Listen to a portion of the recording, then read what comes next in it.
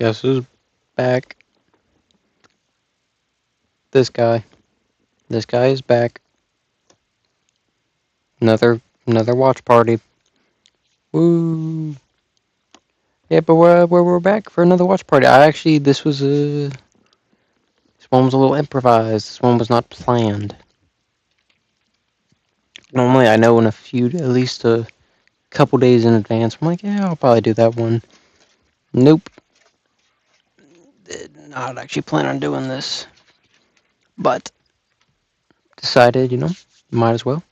Got the time. I'm home. Got nothing to do. Actually, I do have some stuff I probably should be doing. Not doing it though. Not doing it. But I mean, I don't need to be doing it, but it would be a smarter choice. I'm not doing it though. So, so instead, we're gonna watch Ian the future Garry versus Carlos the Nightmare Prates. Prates? Prates? Prates? Carlo Prates, right? Watch these two fellas go at it. Now this is an exciting fight. I cannot lie. I cannot lie. I think it's actually a really exciting card. This was originally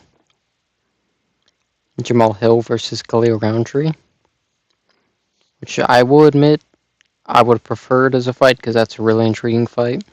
I am happy that fight got pushed back though, just to give Jamal Hill a little more time off because I feel like he needs more time off after getting knocked out by Garry.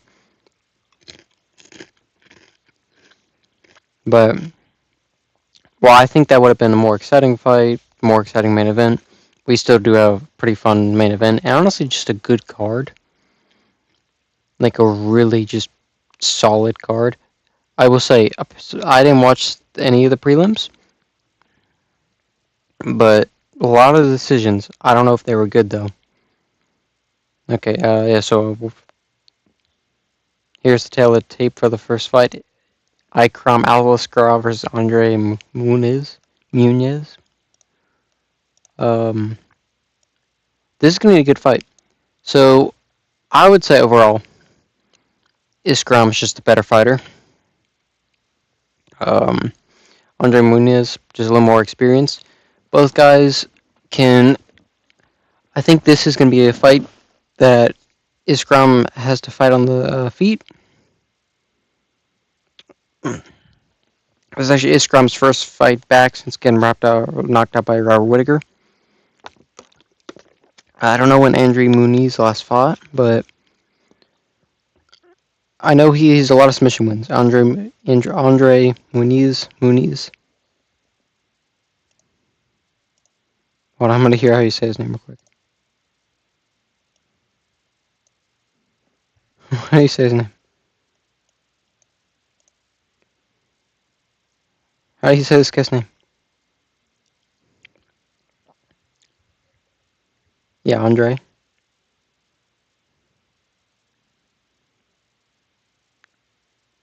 So Andre Muniz. That's how Bruce Buffer said it, so that's how I'll say it. But Andre Muniz got some losses, more losses than Ikram. But I think Ikram gets it done. I think he'll finish him. I wouldn't be shocked if he was on the feet. Andre Muniz has been finished by guys I think are worse than Ikram, like Paul Craig, on the ground. With I think he has a loss to Brendan Allen as well, and he got choked out by him. So, but Andre Muniz does have a lot of submission wins. Like a lot. I think it's like 15, 16, something like that. That's majority of his wins are by submission. So I think this is a fight where we could see Ikram finish it via strikes. And if I had to bet, that's what I would bet on. Because I think it would be just a little bit better. Here, but here's the first round. Because I feel like Ikram is a pretty good fighter overall. Like, he just isn't... I will say, Ikram looks a little chubby. Doesn't look in the greatest shape. And I don't like to see that. Not a lot of action to start the round. 30 seconds in, just a few little tippy tappy leg kicks.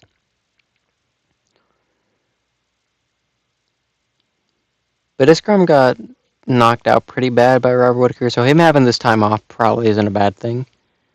Just to let his brain recover, chin recover, all that. But I'm definitely...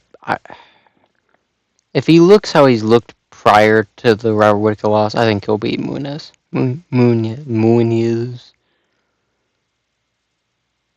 I will say Ikram does look slow on the feet right now. Ikram has a couple knockouts though. He's got some power in the hands. I don't I wouldn't say he's dynamite in the hands, but if Ikram touches you, it can touches you right.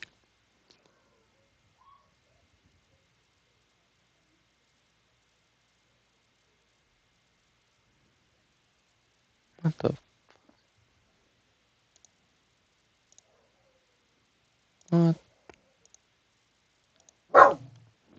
Hold up.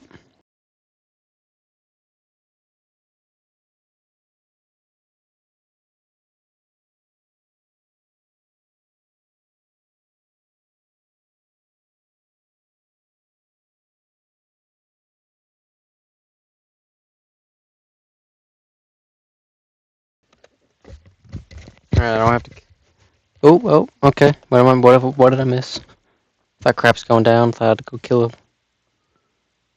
Nah, we good. Shoot. Nope. No, I don't want to hear my own voice. You.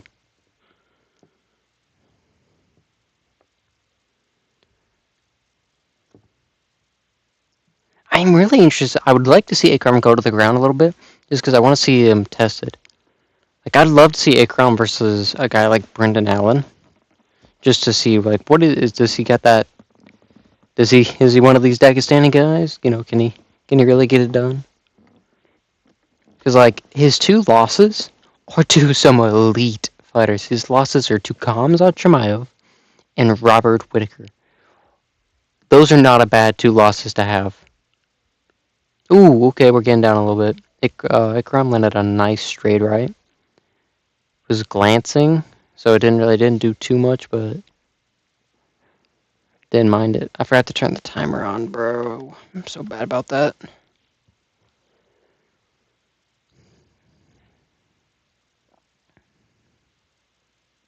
I never remember. Oh, Muniz shoots for a single leg, does not get it. Ikram basically just tossed him off him. Ikram's looking good. I feel like he's settling in a little bit. He's not a very fast guy. I think he needs... God bless. I need some water.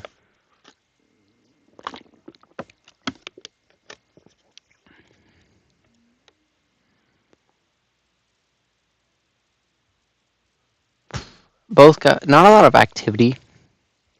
I feel like both guys could have more success if they just kind of threw a little more output. Do something because the other guy's not. Sometimes you have to. Sometimes, you can't just sit around the whole fight. Especially when Andre Muniz, who God bless, his name is weird. Ooh. Ikram ducked a big hook. Don't like that. I feel like, and they see Ikram back straight up as well. Which caught against Robert Whitaker when you back straight up like that with Robert Whitaker's blitz, which is why it's such a beautiful the way Robert Whitaker blitzes in with the 1-2 head kick. Ooh, Ikram just dropped him.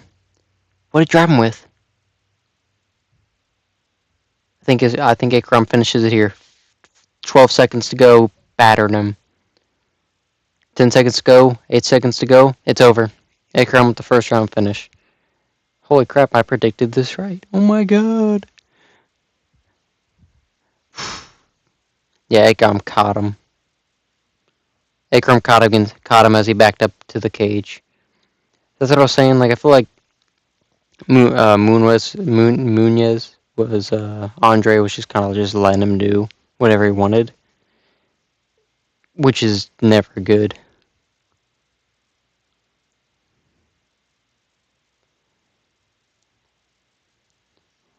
You know, I feel like Ikram really is a good fighter, man. He just doesn't have the. Ooh, the nice left hook that stumbled him. Yeah, it was a left hook that dropped him. It looked like he wasn't out from it. Like he wasn't like he didn't even really get dropped. It just kind of like I think it was on the temple, and that just kind of took his legs out because I don't think he was like crazy hurt, but he just kind of like lost the balance, and it was just gets really hard to defend and fight after that.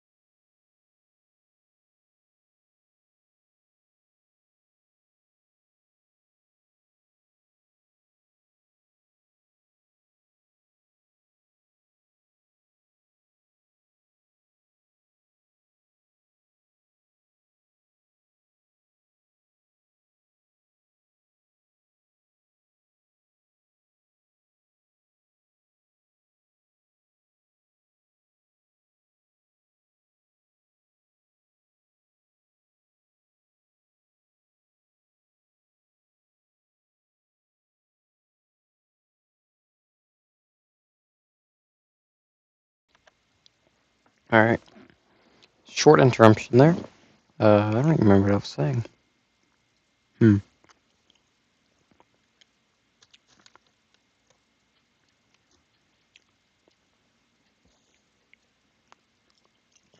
Crap. What was I saying? Well, either way, that was a good performance by Ikram. I think I was talking about his potential. I feel like Ikram is going to be one of those guys. He's 32, I think. 30 or 32. He's decently old to be. He's around his prime. He's not going to get much better at this point, from this point on. Maybe skill wise, but like physically, he won't be able to peak most likely for a while. Like he's probably going to peak soon physically, and then it's going to start going downhill soon, in just a couple years. So I feel like Ikram will at best make it into the top 5 and lose some fights, or but I think realistically the guy stays in the top 15, top 10 once he gets a ranking.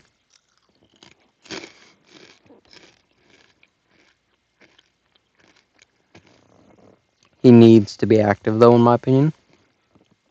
Outside of barring injuries, major injuries, just because I feel like he's needs to keep going.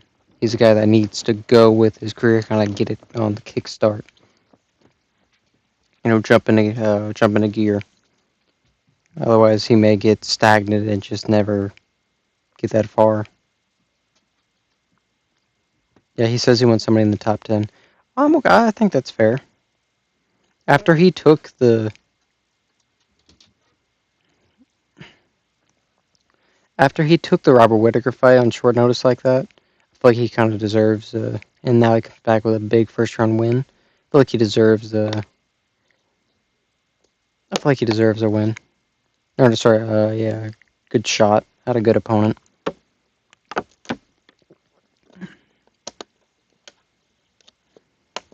Because I mean, he finished him better than anybody else in the UFC, in my opinion. But what's next? I can't remember what the next fight is. It's not it's Randy Brown, maybe. Randy Brown versus yeah, it is. It's Randy Brown versus Nicholas Dalby. That's another good fight. This is another fight where not another. This is a fight where neither guy stands out to me. Randy Brown does. I think I would probably go with Randy Brown on this one. Just have a feeling, in my opinion. I don't know, but he's not. Randy Brown is not an impressive fighter, in my opinion, but he's not bad. I feel like he's not terrible. I guess he's pretty well rounded. I mean, he can do a little bit of everything. So can Nicholas Dolby, though. Both guys can do a little bit of everything, just none of it's elite. But when I look at their reach, their heights, weight, not weight, age, I think Randy Brown gets it.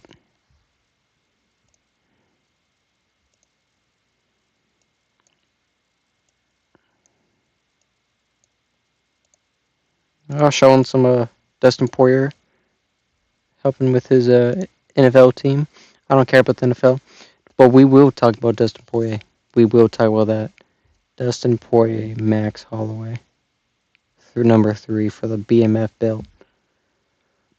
That's a fight.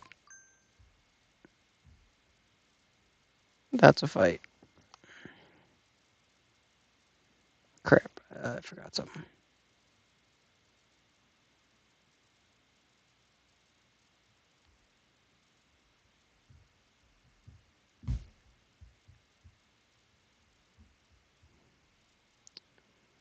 Shoot. Yeah, that don't matter that much. Be right. Uh, that's such a dope fight, man. When I think of, is it the fight I would have chosen for Dustin Poirier? No, because it's not the greatest fight. Well, it's not the greatest fight for either guy. I think the fight to make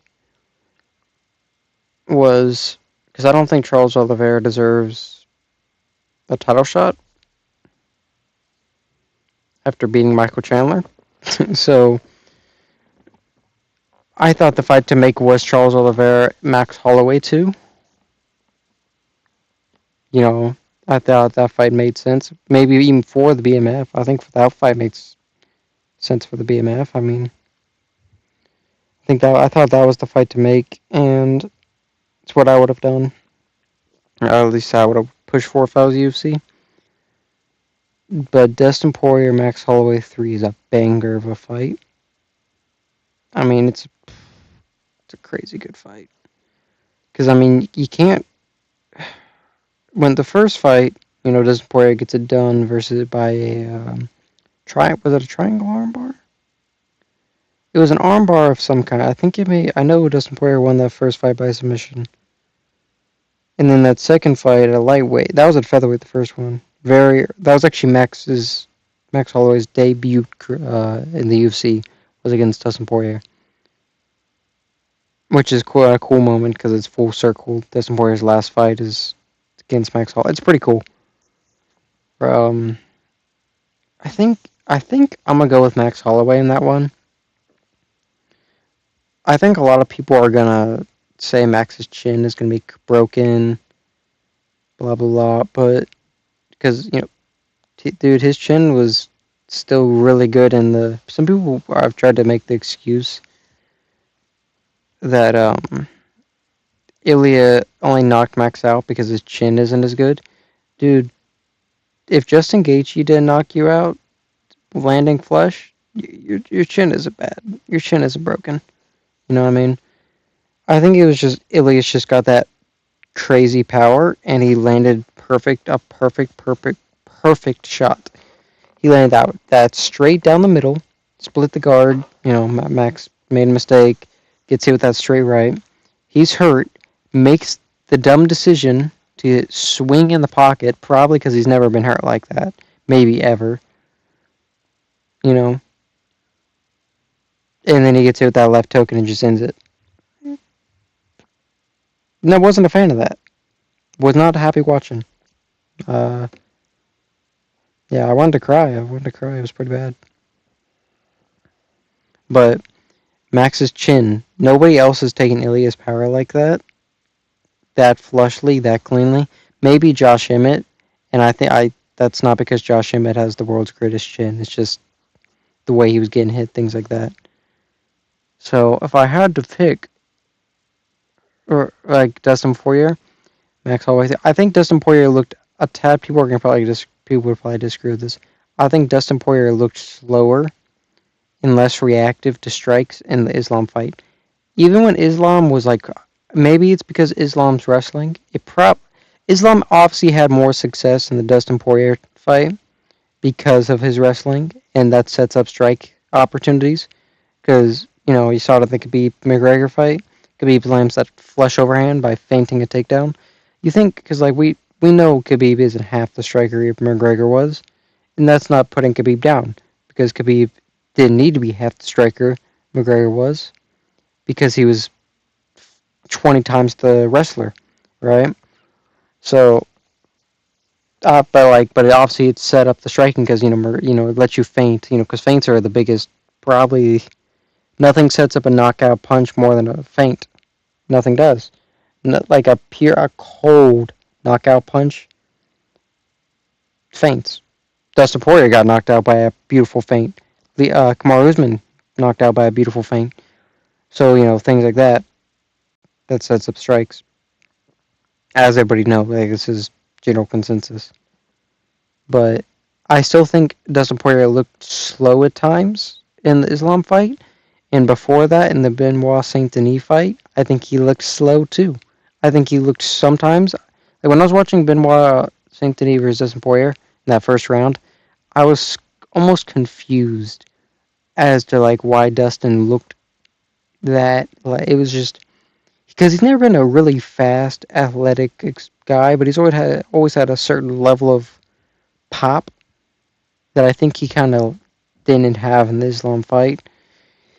But he had it in the Benoit Saint Denis fight, but I don't feel like it was to the normal level. Same with the Islam fight.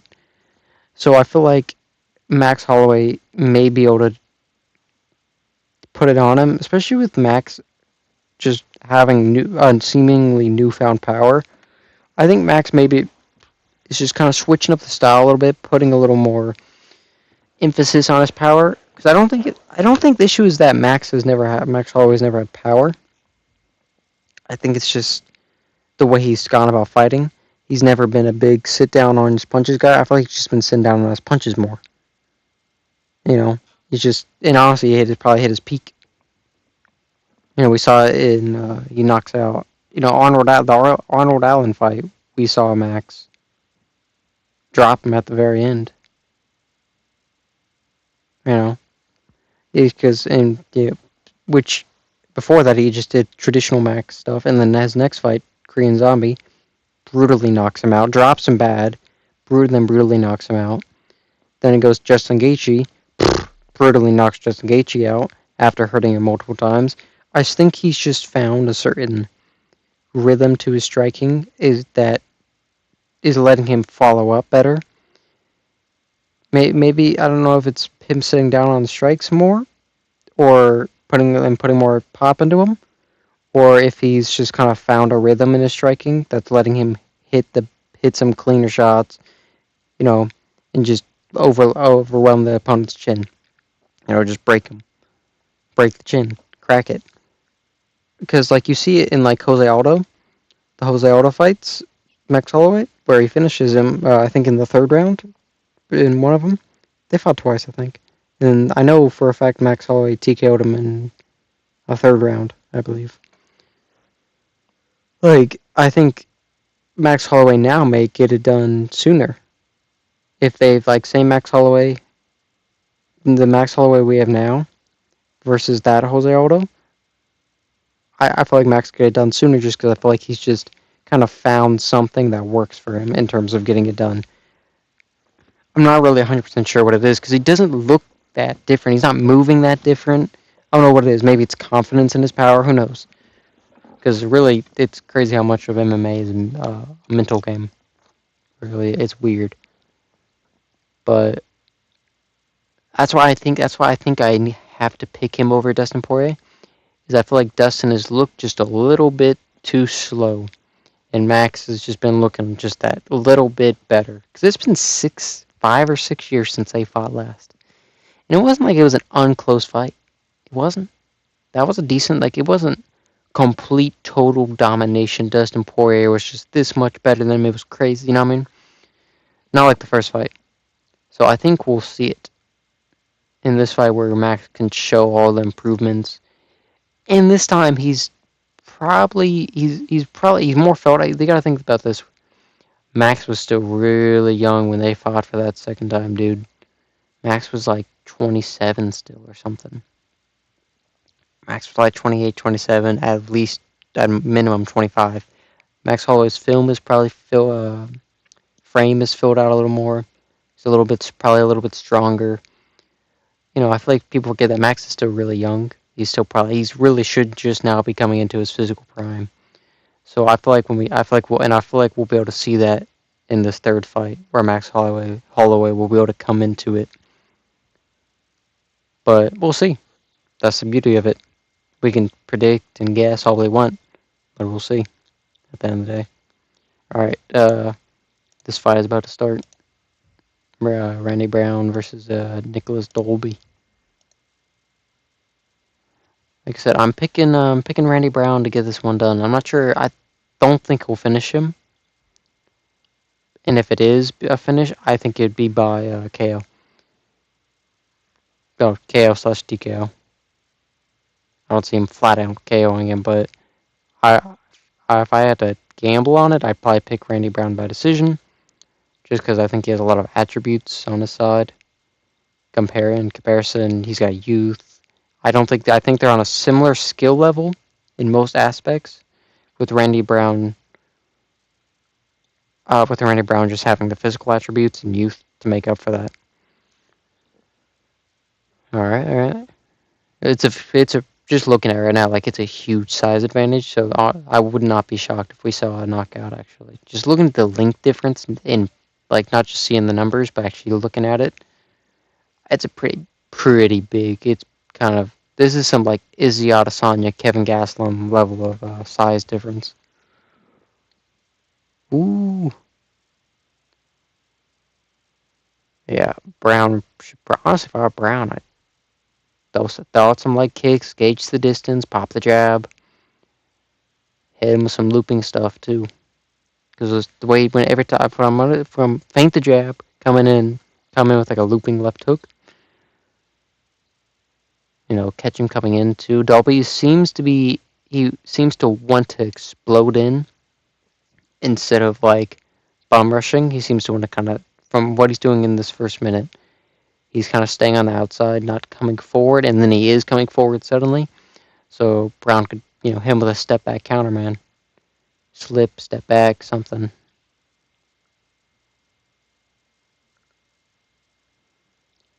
And if I was Randy Brown, I'd like to see him.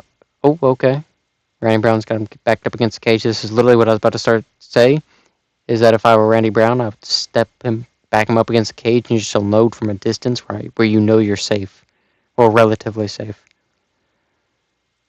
Because when you're so much longer than a guy and you can back him up, it's just as big an advantage as staying on the outside and just picking him apart. Because like you're always safer.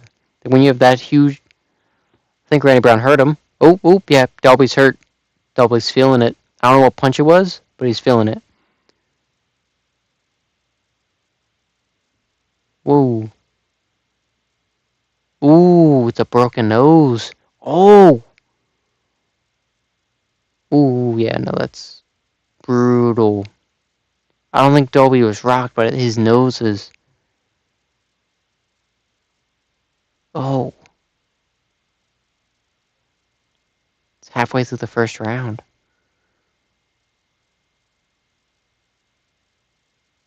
Ooh, God. Ooh, Randy Brown just landed a really nice right hook. I think Randy's gonna get him out this round.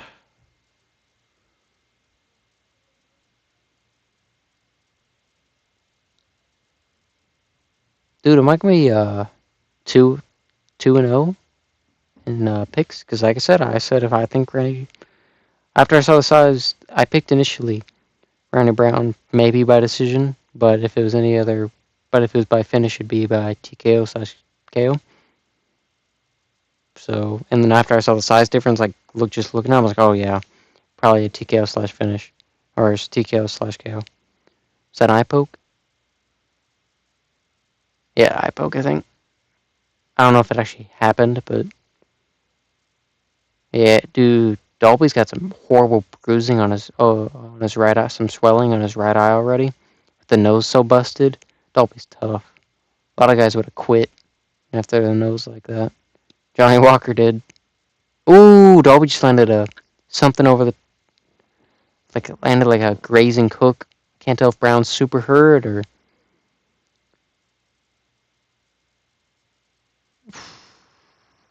dropped him. He dropped Brown, man. That was wild.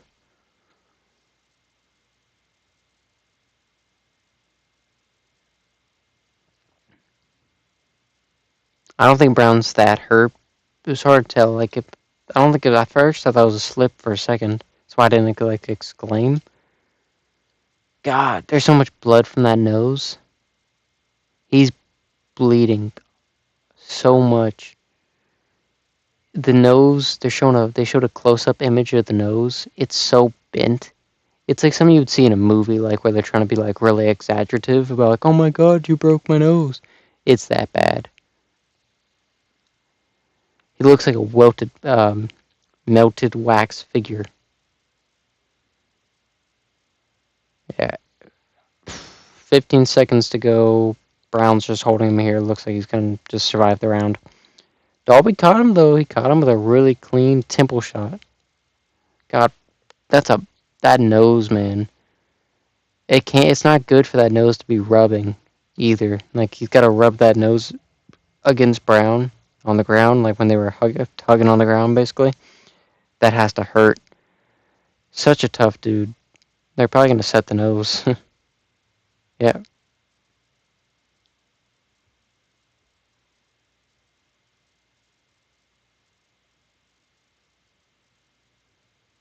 Ooh, so much blood on the nose. Stuck a Q-tip in up there, and it was so bad. So much blood instantly. Yeah, they're not even going to try and set it. It's too bad to be doing that.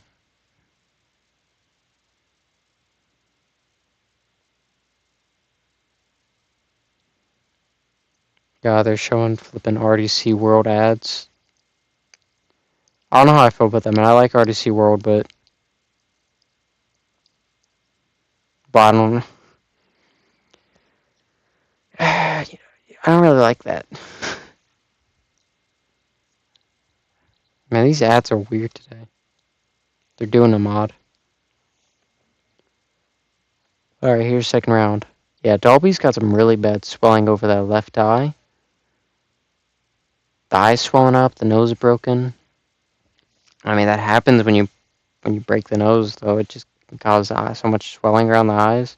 That's what stops fights, when the nose gets broken. Like, it's a big deal. I think Dolby's team did a good job, though, on taking care of it. He looks a little bit better than he did.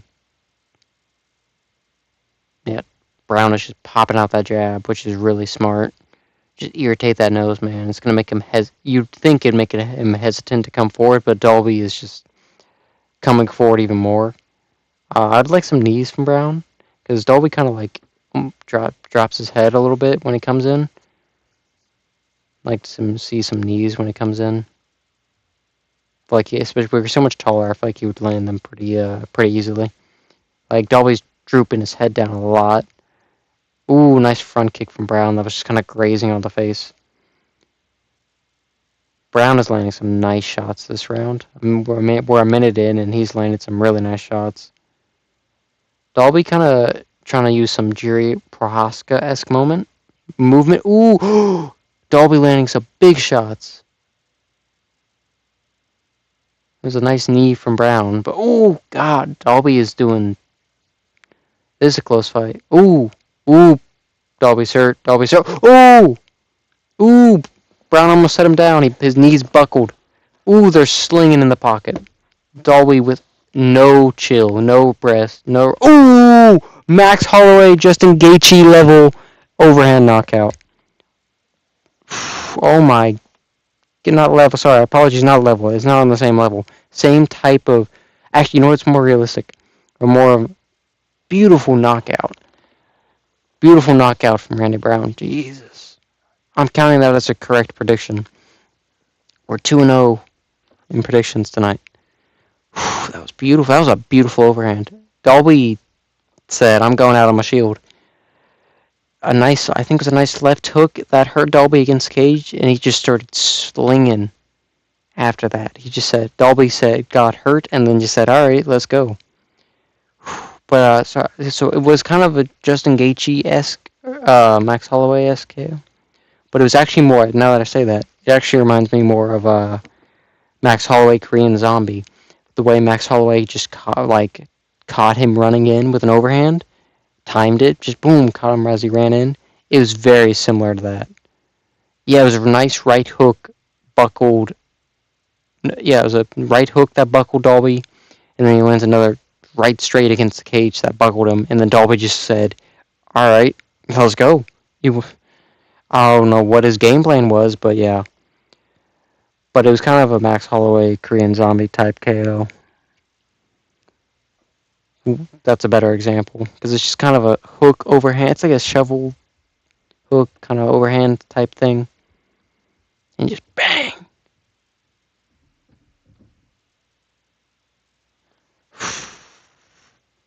Randy Brown did not look good in my opinion in terms of like his defense just looked bad. He got caught way too much against Guy who was just running in. But Nicholas Dalby, both guys were dogging it out, dude. Both guys dogging it out. Crazy. That's a great. This is a great way to start the card. The main card. The next fight is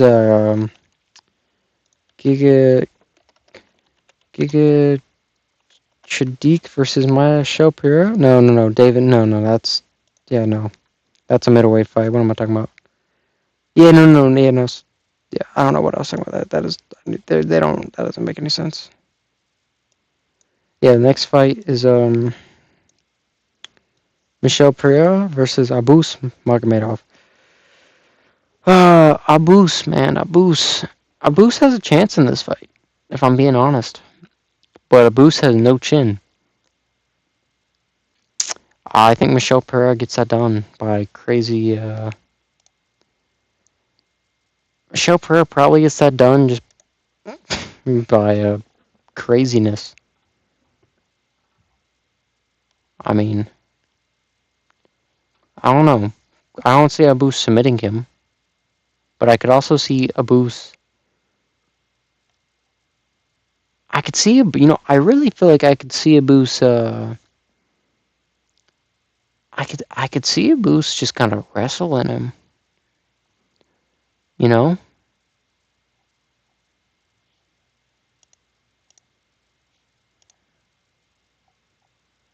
Let me look at Abus's. So Abus has 14 wins by TKO, 7 wins by submission, 6 wins by decision. So canceled. Man, I don't know. Abus could get it done. I feel like Abus may get it done. He's only got 2 Man, he's been TKO'd. How do you get TKO'd by Sean Strickland but go to decision with Kyle Borrello? Dude, for Kyle Borrello doesn't have that much power. I don't think so, at least. Yeah, he's got way more. Yeah. I don't know how to pick in that fight. I'm going to go with Abus. I'm going to go with Abus. I don't know how he'll win it, but I'm going to go with Abus. I think Abus will get the decision. We'll see, though. It's either going to be a Abus decision, I think, or Michel Pereira by vicious knockout. After the first round, I'll make my...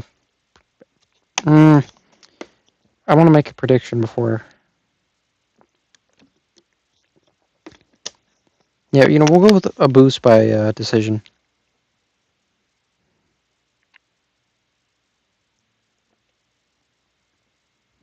Randy Brown kind of looks like he looks like he could be related to Leon Edwards. Boom, that was a nice. Randy Brown was landing some beautiful shots. I was showing some of the replays, especially the ones that had him hurt in that second round before leading up to the knockout.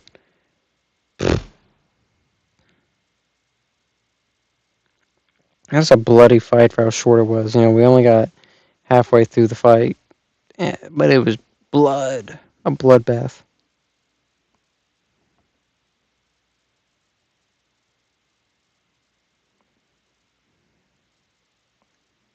So Randy Brown calls out Carlos Prates.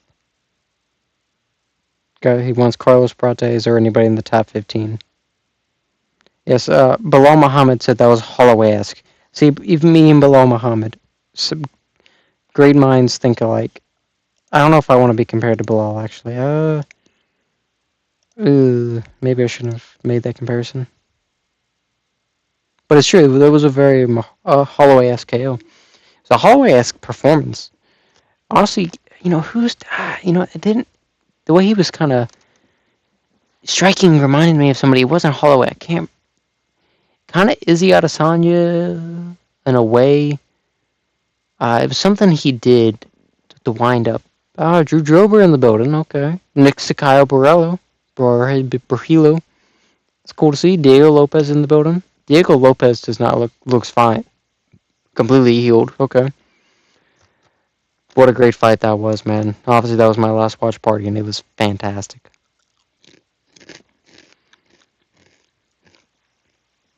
Do the next card too. I'm very excited about the next card. I'll probably, depending on, I'll probably do watch party for Sandhagen versus Figueredo fight night because it's got a lot of interesting fights. It's got Corey Sandhagen, Davison Figueredo, Renier de Ritter versus Bonacle. Actually, those are the two only interesting fights on it. I think, maybe I won't do that one. So I only want to do ones that I think are exciting. I don't like to, because I'm not like, if it's like, if I know most of the fighters on a card are boring, and I think it's going to be boring, I'm not going to do a watch party on it, because I'm probably not going to enjoy it. It's not going to be a good experience. There's not going to be a lot of talk about, like, oh, they threw their 30th jab in three for it, then 2 rounds. Like, that's not doing that. Like, nobody wants that. Nobody wants to talk about that. What I will talk about leading into this fight is my boy Chris Eubank Jr. That's probably the best boxing match. I didn't watch any other fight on that card, but that fight was. That's what when people talk about boxing as being better than MMA, that's a fight to point to. I don't think it's true because generally we don't see fights like that in boxing very often. Not at the high level, at least, because sometimes you see it a little more sometimes at low levels, because they just kind of get some of those guys just get in there and scrap, but you still don't see it there very much, really. That was just a crazy good fight. Eubank Jr. and Connor Ben just brought it, dude. Both guys were so game, and there's nothing more entertaining than a fight where both guys just want it so bad. Like, you can tell that both guys wanted to win, so like it meant you could see them literally pouring their soul out in that fight. Like if they would have died in that ring if it meant winning type fight. Dude, these ads are crazy. They're just like replaying ads. It's terrible. Jesus Christ. 10-piece nugget meal with McNugget meal with the Minecraft stuff.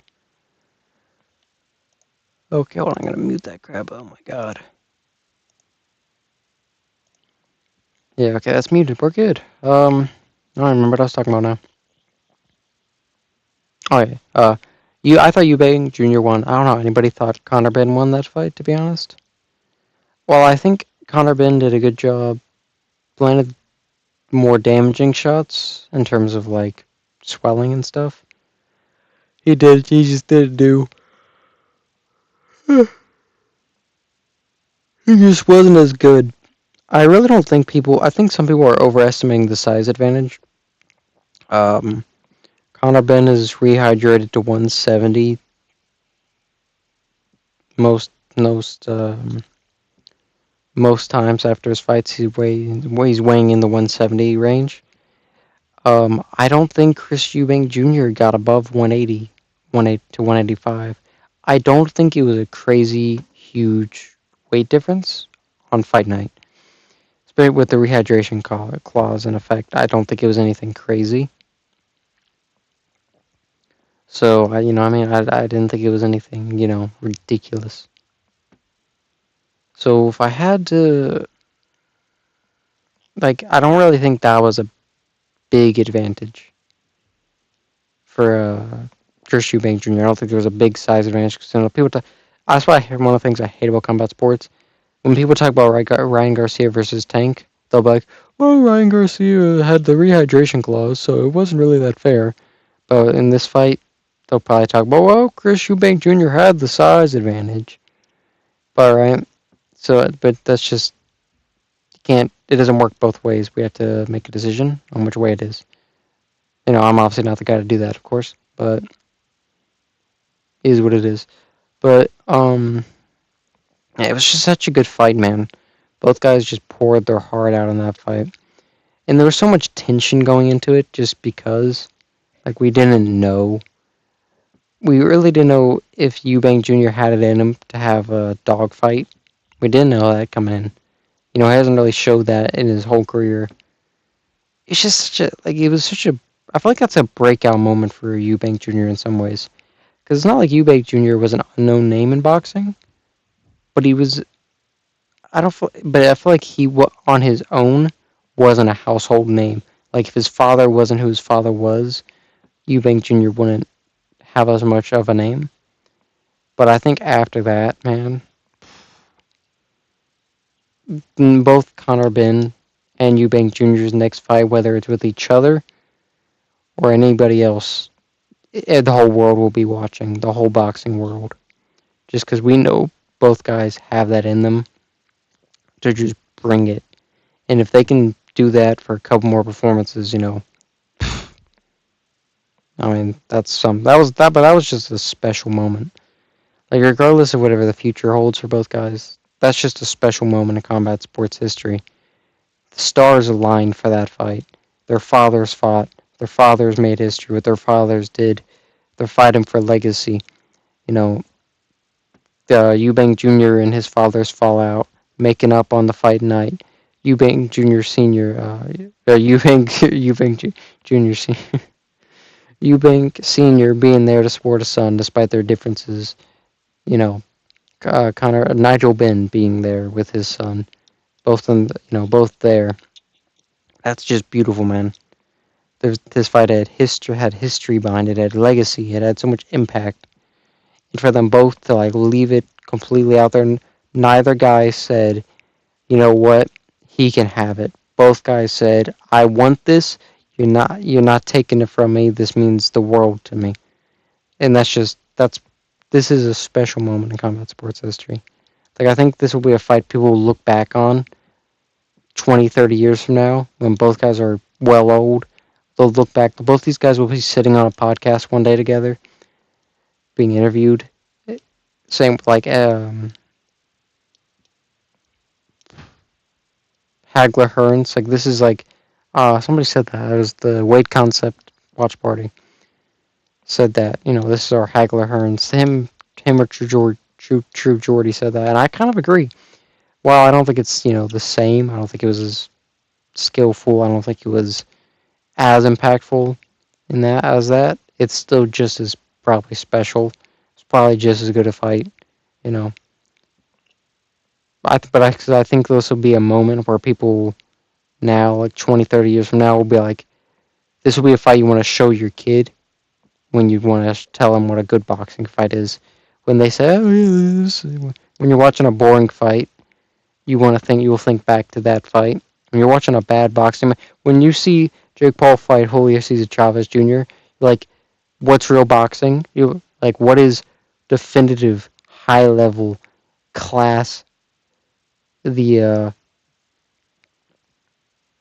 sweet science. What is the sweet science? What's a great example of this?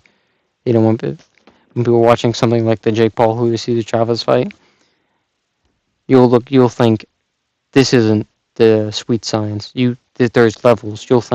I would look back to this fight, say Chris Eubank Jr., Conor Benn. That's the sweet science. That's real boxing. That's what makes this the most beautiful combat sport. Because like MMA, when it's flowing, still doesn't very rare can be as beautiful, but very rare is MMA as beautiful as boxing. Because boxing can genuinely just there's a couple boxers sometimes, and you just see them move and they're flowing, they're pop, pop, pop, pop, left hook. They're just throwing like double jab, right? Like a double jab, right hand. Come up with an uppercut, back to the body, clinch work, push off. Like you don't see that stuff in MMA. Like you don't see guys framing. Like they frame everything. You don't see a almost like the thrusting jab, like stuff like that. Because MMA is less limited, where you can't just punch, right? Obviously, you can't do that stuff to the same extent in MMA. But that's why MMA is more interesting. But it doesn't mean that it doesn't make boxing any less. Boxing to me is less about the. I watch MMA purely for. I like to see the entertainment. I don't care if MMA fights are super. I want to see a high level MMA fight, but I don't care if it's sloppy at times. I just want to see. I watch MMA to see a good fight sometimes, but when I watch boxing, I don't always want to see. I don't have to see a good fight. I want to see a masterclass. Boxing is more of an orchestra to me than MMA is. That's why I like both sports because of that. I like that there's a difference. Some people want them to be more similar. Some people want boxing to be more like MMA. Some people want MMA to be more like boxing. I don't. I like them both the way they are. The only thing I wish boxing did is make the bigger fights, make big fights all the time. I wish MMA did that more. We don't see that enough in MMA. You know what I want to see? I want to see inter-promotion fights in MMA, man. I want to see Francis Ngannou versus Tom Aspinall. Why not have that? you know? Why can't we have one championship versus UFC? We had, UFC did it with Pride. Why can't we do that? We should be able to do that. Just because this is about entertainment at the end of the day. And I think I would just wish companies like the UFC were more willing to do that. Because that's the one thing I can think about boxing, is where it's not one organization, stuff like that can happen. Anybody can fight anybody. Francis Ngannou fought Tyson Fury. Tyson Fury was the heavyweight champion of the world, yet he fought Francis Ngannou because it was a fun fight.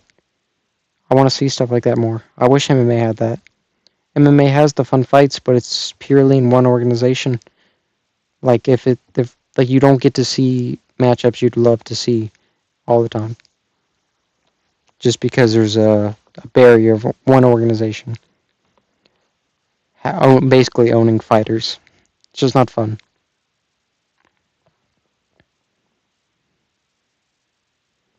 Dude, Michelle Pereira, this dude is just so goofy. He's what I imagine, like if he had Marab cardio, he'd be undefeatable.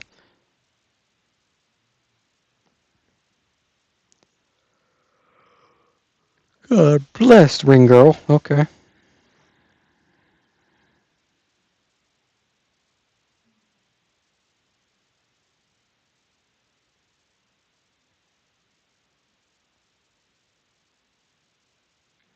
Yeah, I feel like a boost may get it. I feel like a boost will get it done.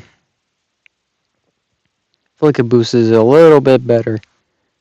Because, I was talking about Sean Strickland TKOing him, but when you think about it, he was doing pretty good against Sean Strickland until he gassed.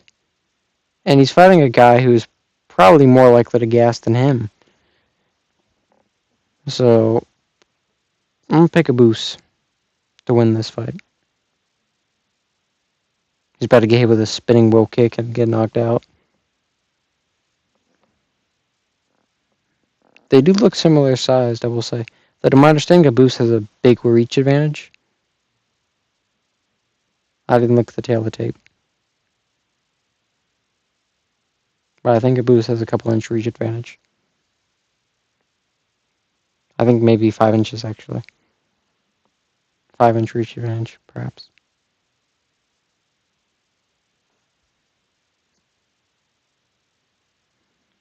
I'm honestly shocked that Caboose is, Ooh! Caboose landed a nice right hook. No damage, but still a nice right hook.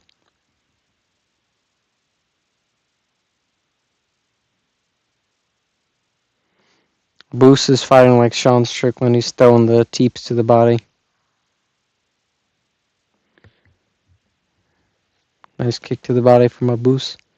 Michel Pereira not being quite as much of a lunatic so far. In fact, Michel Pereira has barely thrown, if he has thrown. I'm sure he'll hit him with a rolling thunder kick soon. Ooh! A boost made him do the chicken legs. Boost him with a really nice chest leg. Ooh! Question mark kick from a boost. Ooh, a boost has him hurt. Boost has him hurt. Hit him with a beautiful check left hook. Hit him with a question mark kick that barely touched. He slipped after that, though. Pereira's recovered well, though. He's not looking too bad.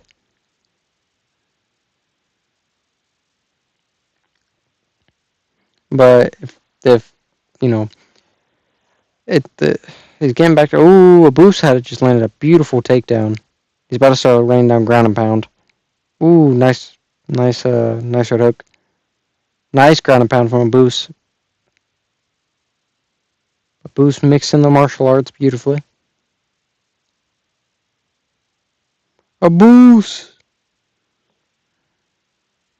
A boost is kind of like half backpacking him, half standing.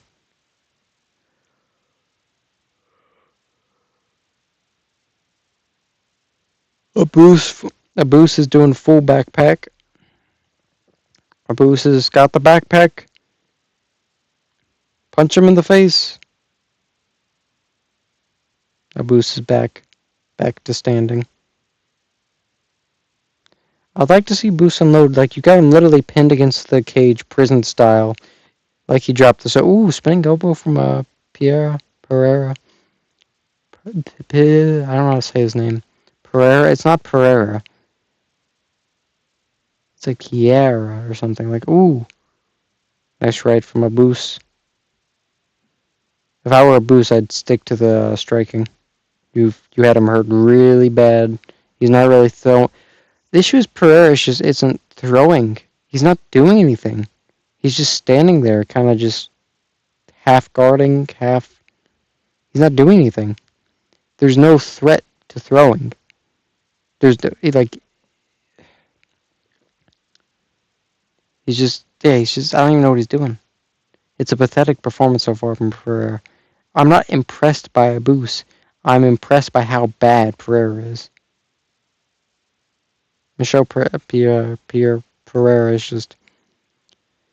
He's a very disappointing fighter at times. It's like it looks like a Boost with the stick and the fingers out is taking me off, though.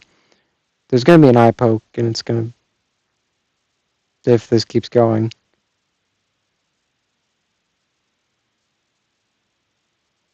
Supposedly, Pereira has landed 5 significant strikes. I don't think that's true.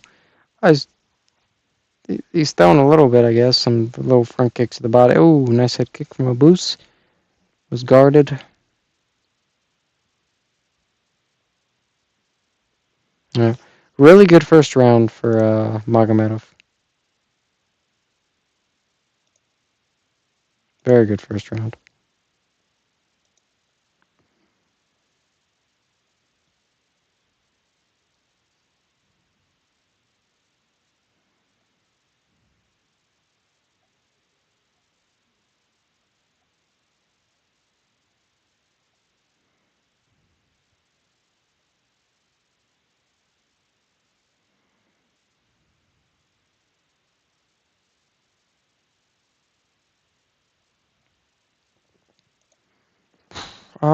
Just based off how it's going so far, obviously Abus is kind of kicking his butt. Not gonna lie, like I said, Abus has lost to two really elite fighters, Sean Strickland, Kyle Burrell. This is kind of like what I was talking about earlier with Ikram. Not to the same extent. Um, Not quite the same level of caliber, I don't believe. I guess similar level of caliber, actually. A loss to Sean Strickland and Kyle Burrell does not make you bad. Of course, Abus has actually lost to other people, but those are his most recent losses.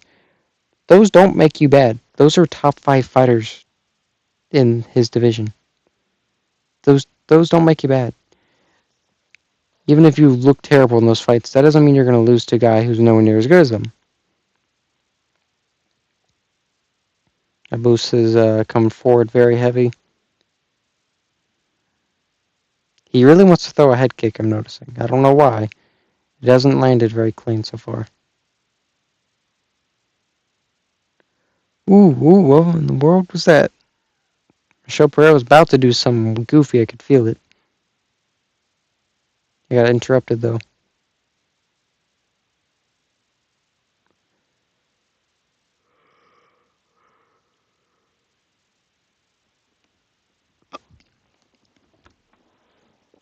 Pereira's just stuck in... He's not even in first gear, man. Pereira's in park. Like, it's very weird, man. Like, Pereira has just not gotten started at all. Like, he doesn't look like he wants to be here. Ooh, nice left hook from Magomedov. The left hook has been money.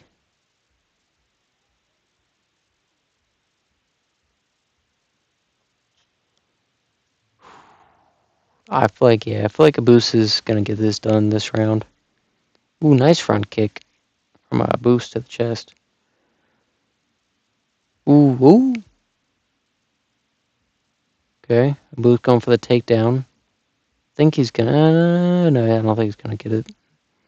That was good defense by Pereira. Pereira actually reversed him on in the clinch. Separated. Yeah. Pereira instantly backing up.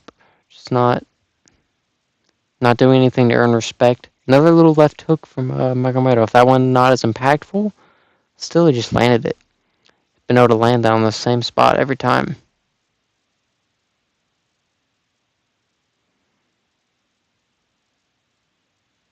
He almost got hit with another. He just got hit with another one. That's basically 2 in a row. Ooh, attempted uppercut from Boos. Is that a cage grab? No. Okay, it was not a cage grab.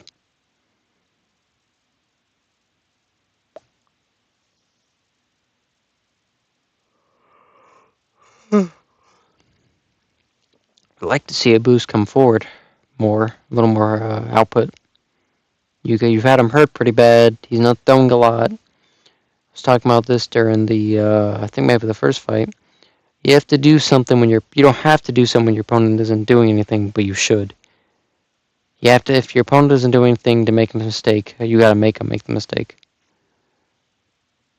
Even if you're just throwing leg kicks, even if you're just popping the jab, something, front kicks to the body. I'd like to see more. Because Pereira definitely makes mistakes in his striking. This is not Alex Pereira we're talking about, right? This is Michelle Pereira. He makes the mistakes. Heck, even Alex Pereira makes the mistakes.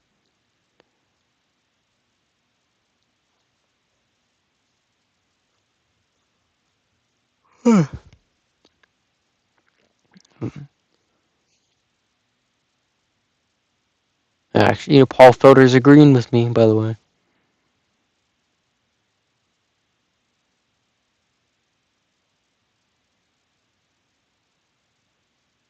That story about Paul Felder at the military base is crazy.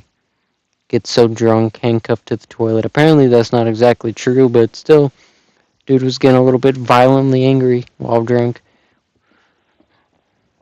Changed how I view Paul Felder. He was my hero before. Supposedly, Pereira has actually landed more this round. I don't think that's true. But I refuse to believe that, actually. I don't see how he would have landed more. He's not thrown that much this round. And he's definitely not landed that much.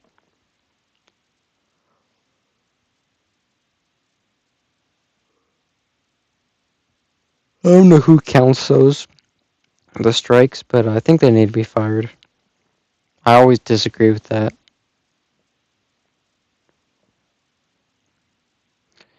This has been a really weird fight, man. This is not how I expected this fight to go. And once again, a boost, man. Go for it. You had him hurt really, really bad in the first round. Go for it.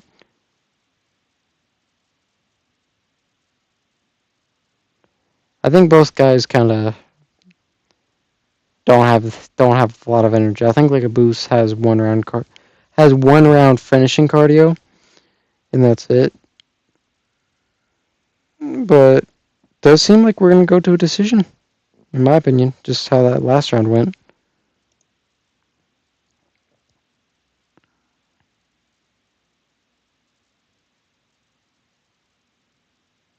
Oh god, what fight is after this?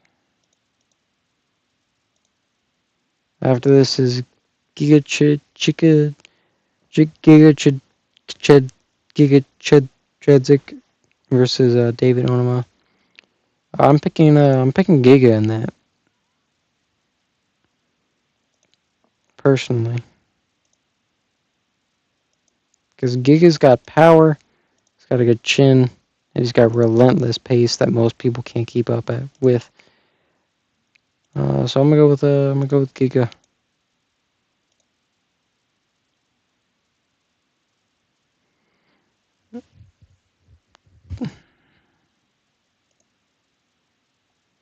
Man, this is a big arena for a fight night.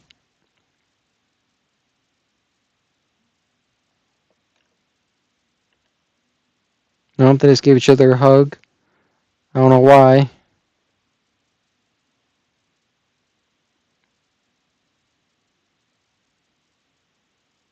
Oh, nice 1-2 from Michel Pereira. Okay, Michel Pereira coming forward. This is the most aggressive we've seen from Michel. Most aggression we've seen from Michel Pereira. If he does just come out crazy right now, that could really benefit him. Like, it may not seem like it, but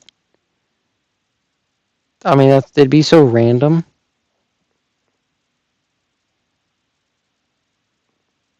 But it does have to worry about being caught. A big shot. For sure, that's nice right hand from Abus. If Abus was a better striker, he'd catch him coming in. With the reach advantage that he has. He'd catch him coming in. With a straight right or something.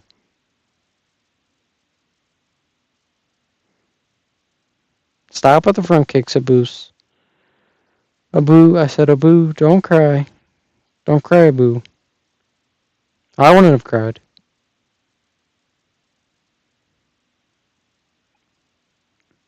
Oh, Abus by decision is looking more and more likely.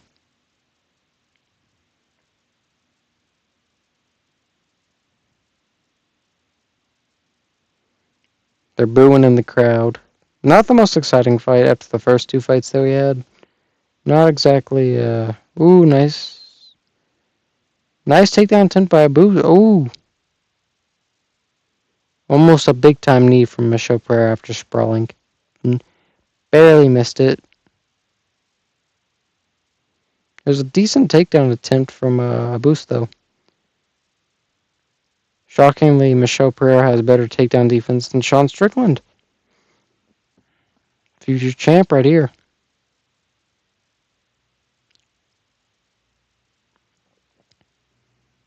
Come on, slang and bang, baby. Let's see it. That's what I want to see. Both of you get down. Could be 1919. Let's see. Let's see who wants it more.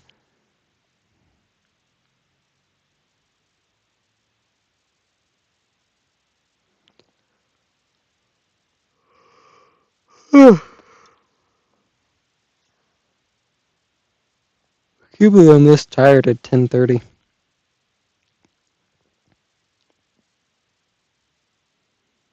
Ooh. Nice overhand from Abus. Michelle Pereira to the chicken legs. Time Abus. It's time. It's time Abus. Nice right hand from Abus. Go Abus. Abus is gassed, but Abus had him hurt, man. He is hurt. He's probably still hurt. Have to keep going. I don't care if you gas, man. Pour it out. Nice 1-2 from Michelle Pereira. See, this is the difference between some fighters, man.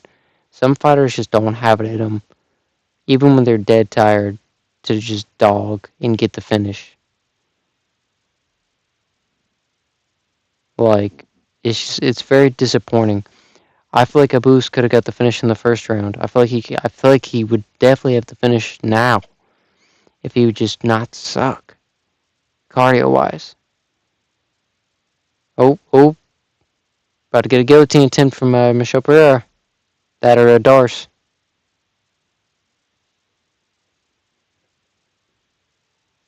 Guillotine attempt. No, failed. Ooh, Magomed with another left hook. Michelle Pereira is hurt once again. Another right hand from Abus. Little jab. Another jab. Just pour it on, Abus. Pour it on.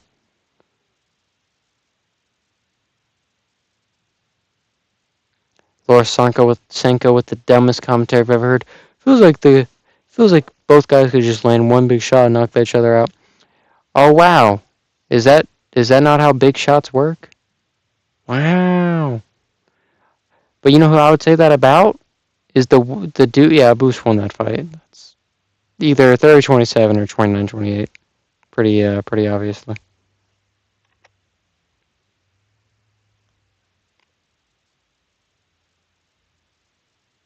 Yeah, I would say 30-27 Abus, but they may pick. I feel like the judges will score 29-28 personally.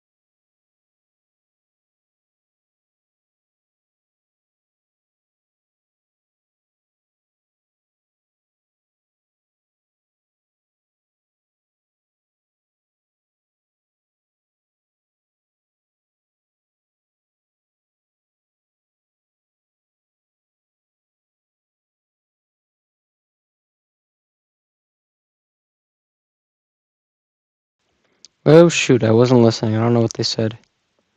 You got a unanimous decision win though. Abus did. I picked it right. Wait a minute. That is 3 guesses in a row. Or 3 predictions, not guesses. Did a little research. Yeah, that's 3 guesses in a row, baby. All right, not bad. Can we get a perfect score? I feel like I might be able to do it. I'm gonna aim for 4. There's 6 fights, right?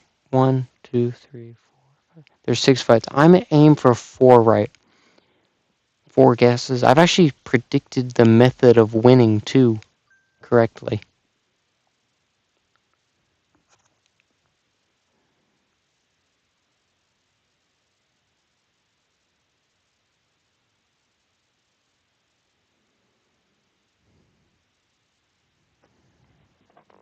Apologies, I'm on the having some tech stuff, but I'm a mute for a little bit. Be right back, and probably in time for the next fight.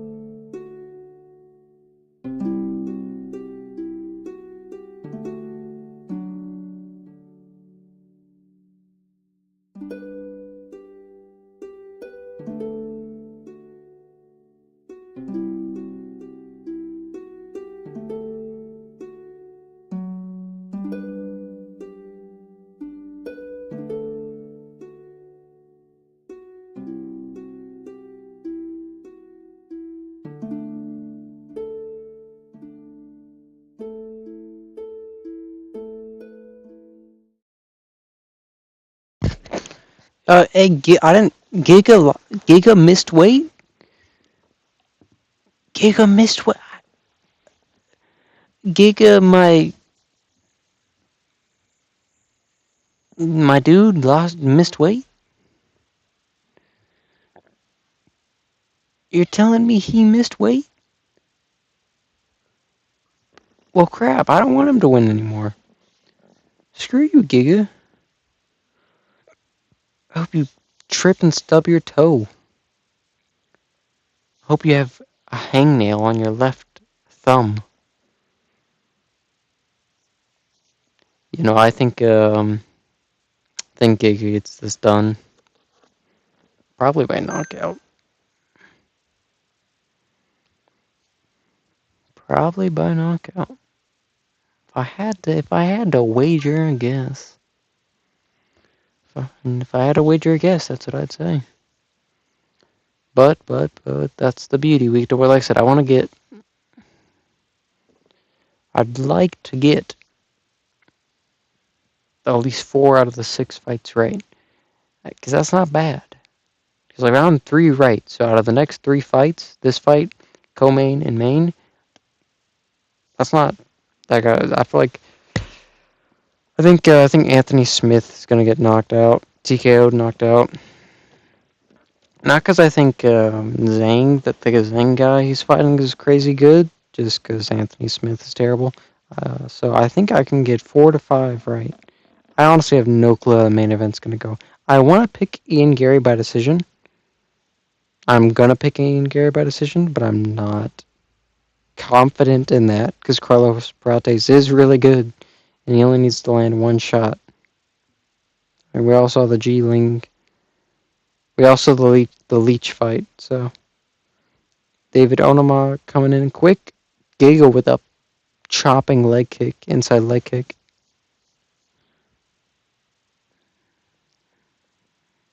Ooh. Giga throwing with power.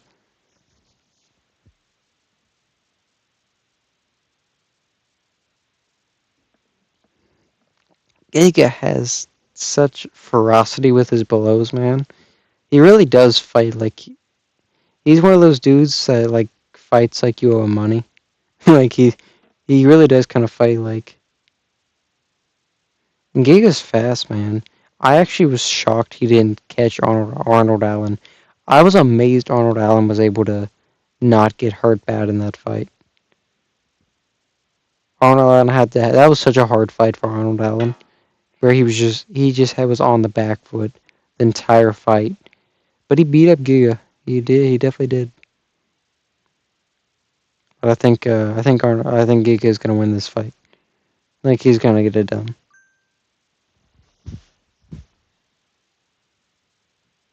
Woo! Giga is landing some nice shots. Onuma seems a little hesitant.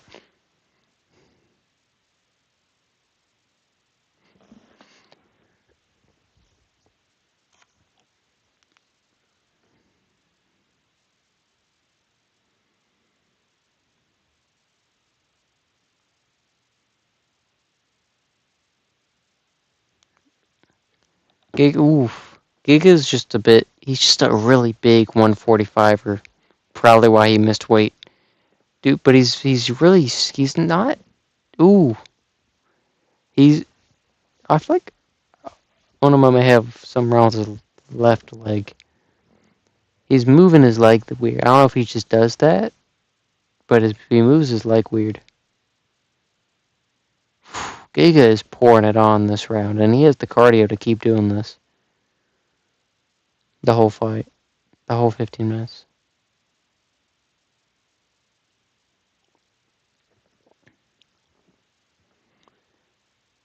I would be shocked if Giga didn't land a big punch at some point with the way he's landing blows. He's landing some really, really nice body work.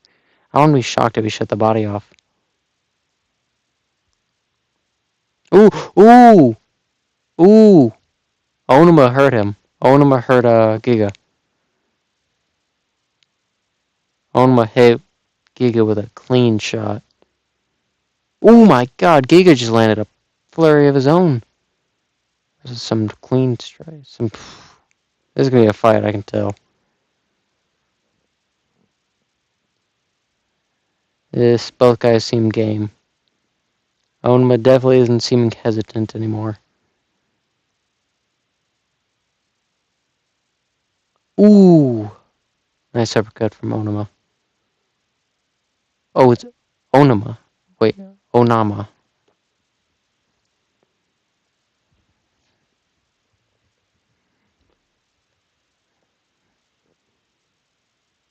Onama. That's how you say the name. Okay, it's not Onuma. It's Onma.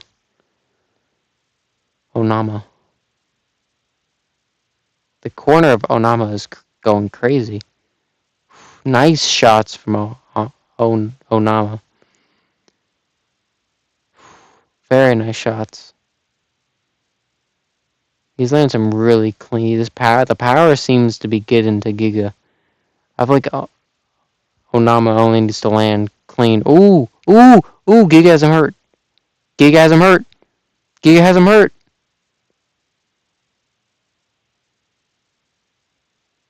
But to get taken, Onama has the back. May get a takedown here. That was beautiful. Beautifully executed. Beautiful trip by Onama to get that right after you're hurt. Beautiful positioning. Beautiful timing. That's beautiful composure to not let yourself get finished and be able to mix it up like that. 20 seconds to go. Onama on top and half guard.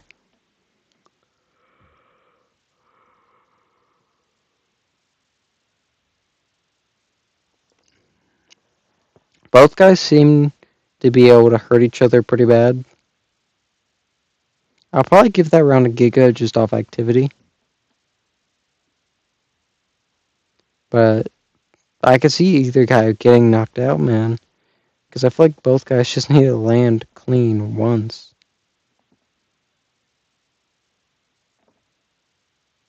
Just once. I hate this commercial break. We'll be right back thing. Something about it just annoys me.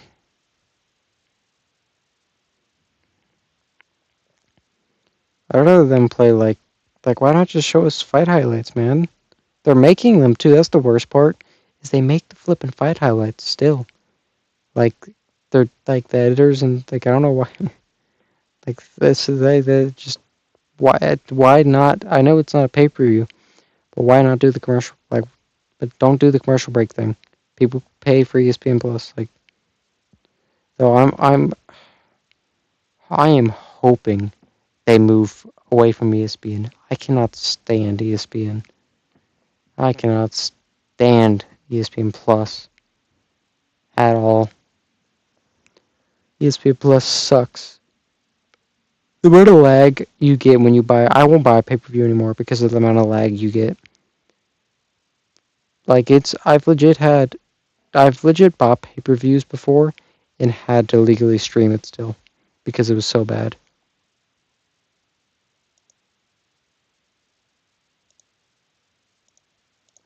I don't even know why. I honestly should just take the timer off the screen because I never turn it on.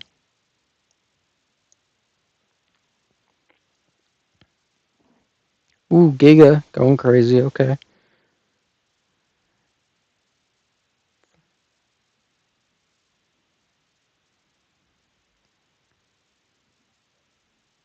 Almost a minute into the second round.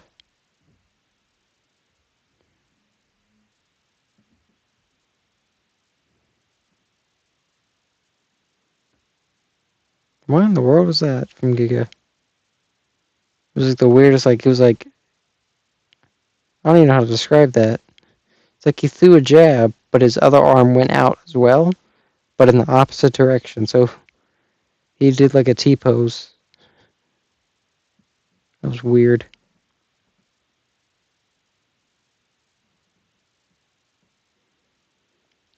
Ooh, there almost got some eye pokes in there from Giga. That was close.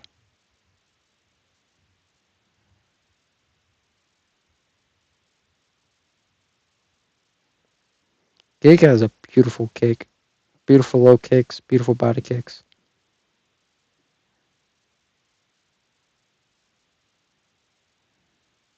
Come on, Giga. Ooh, beautiful takedown from Onama.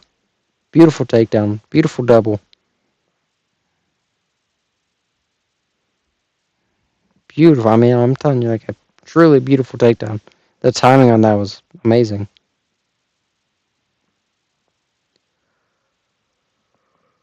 And he stayed against him like cement.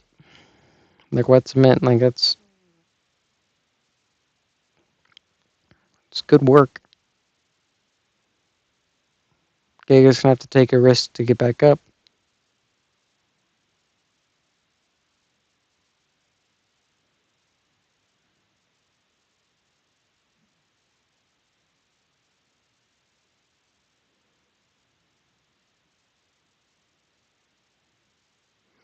Some this could be the thing that like steals a round, man. This is the type of stuff that wins rounds, especially when you're in a close fight. Is just mixing it up a little bit, just having one more stat that your opponent doesn't have. That's just like, well, he also is close on the feet, but he also had that grappling. He also had that good wrestling exchange. That's the type of stuff that wins rounds in a close fight.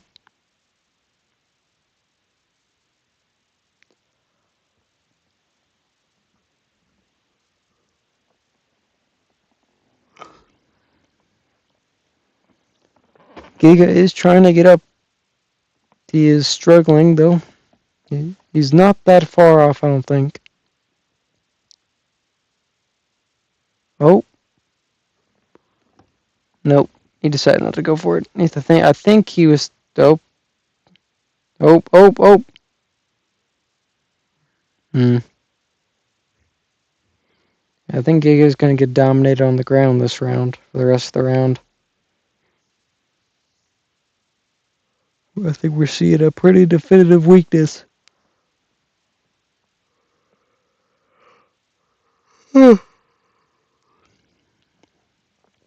Giga's kind of locking him half guard.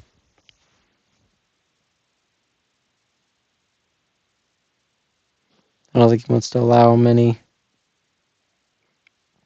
Beautiful elbows from Onama.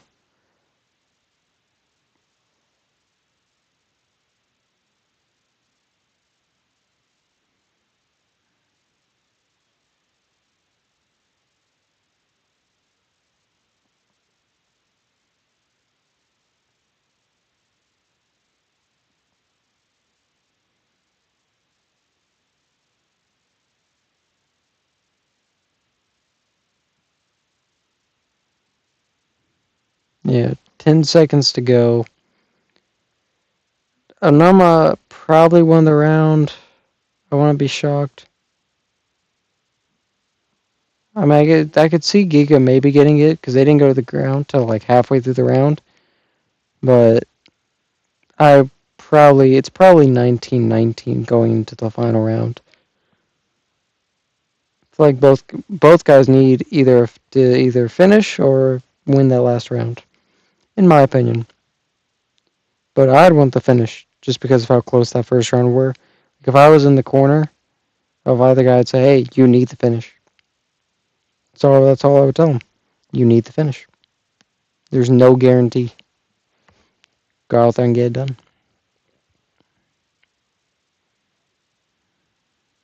God, I may end up falling asleep, man. I'm tired.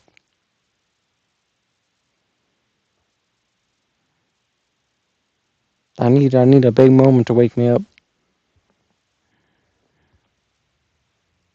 Legit only 2 more fights out. I'm gonna fall asleep on the final fight. I hope not. I hope it's not. I don't think I will be. I would be able to with Carlos Prates fighting. That dude puts on clinics.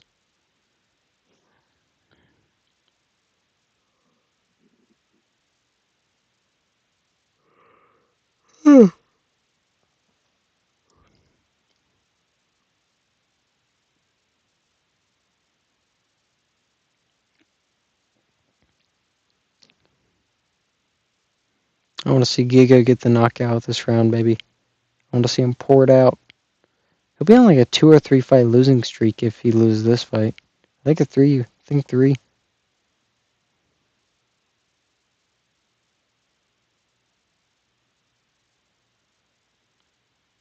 Ooh, nice knee from Onama. Onama's landing some nice strikes now too. Ooh, nice head. Ooh, nice head kick from Giga. Tries it again. No success. Giga's landing some nice shots.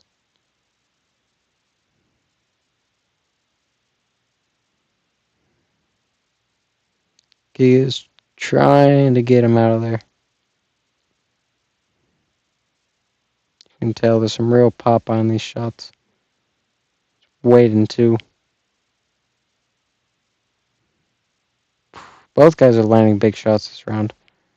Kind of just remaining in the center of the octagon, just kind of just trading blows.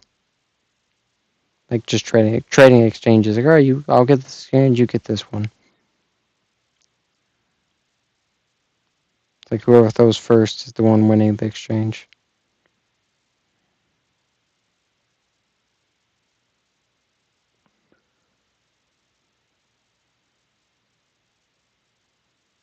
Ooh, the defense from Onama is fantastic. He's getting his guard up. Just an axe kick from Giga. Okay. Didn't land, but still awesome. The defense for Onama has been very good. Obviously, he's gotten hurt in this fight, but he's been playing the game of inches, and he's been doing it well.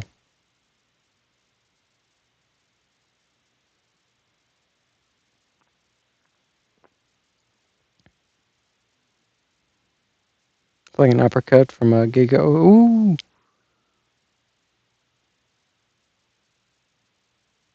Giga just got some hand speed on him, man. Ooh! Whoa!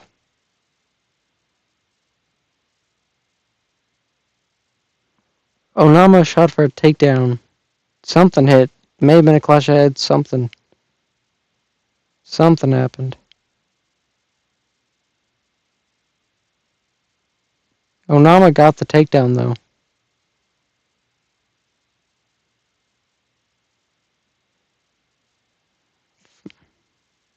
Giga needs to get up.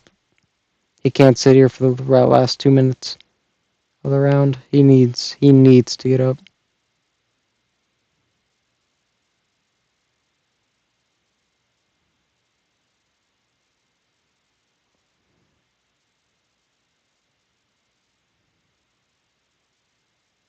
Minute and 30 to go.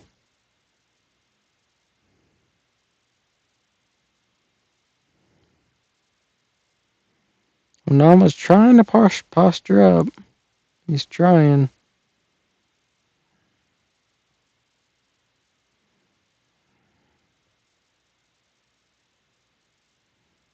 Oh. Giga was almost got up. Giga's up. Onama's on his back. Oh, nope. Onama drags him back down. Back into, well, that's half guard, actually.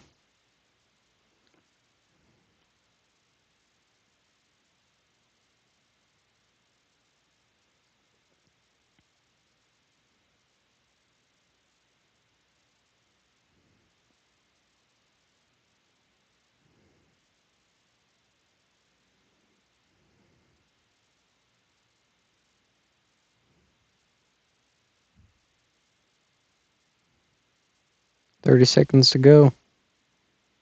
Close fight. This would be a hard one to score.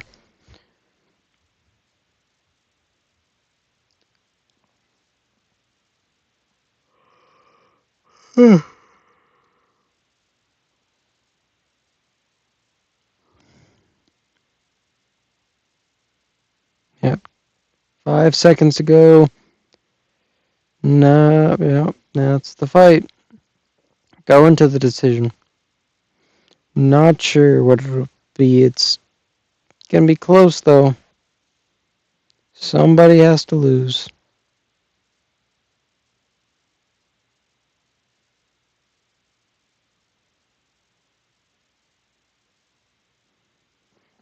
That was a good fight, man. Not a barn burner, but a good fight.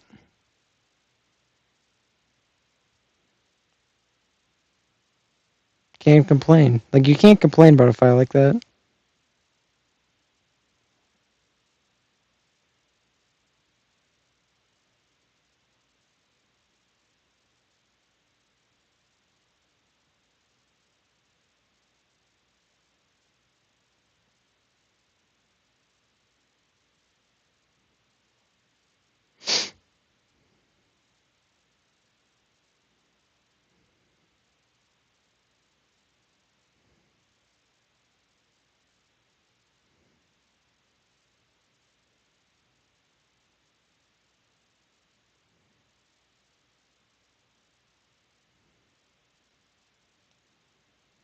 Hmm. Okay.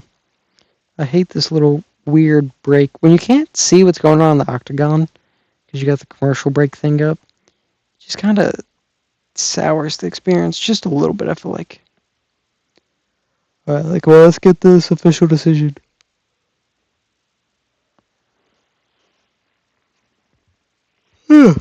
Let's get this official decision. Come on, baby. I don't care about Servo. Cuervo.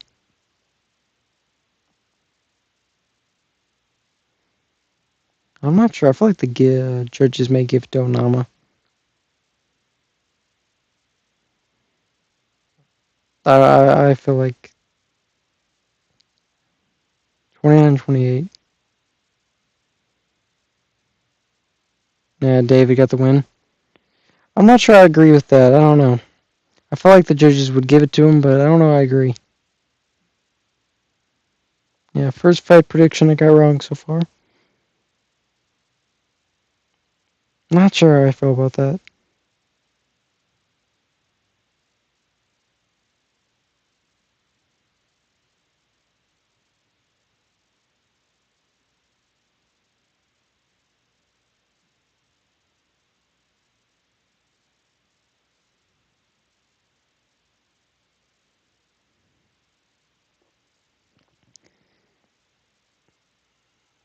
Yeah, that was a bit. Ugh.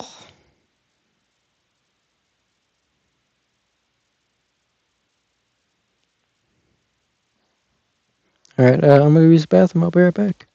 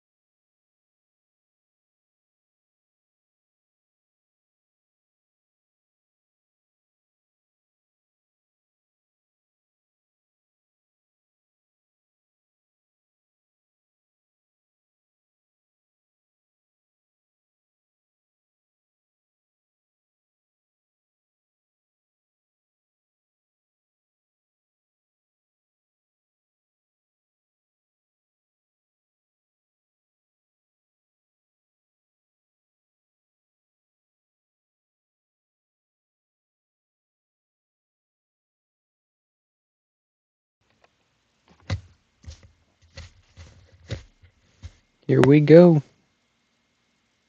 Oh, they're giving Anthony Smith a trailer for his retirement fight. Okay.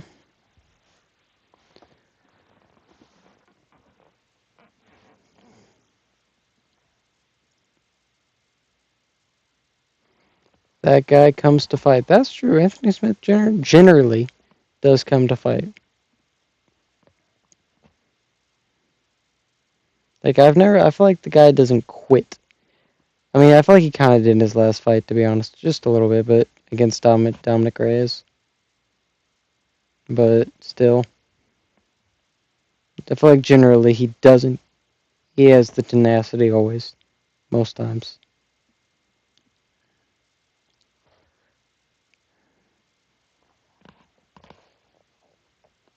He's had some good wins, man. He's had a good career. He hasn't had the best career. We all know that.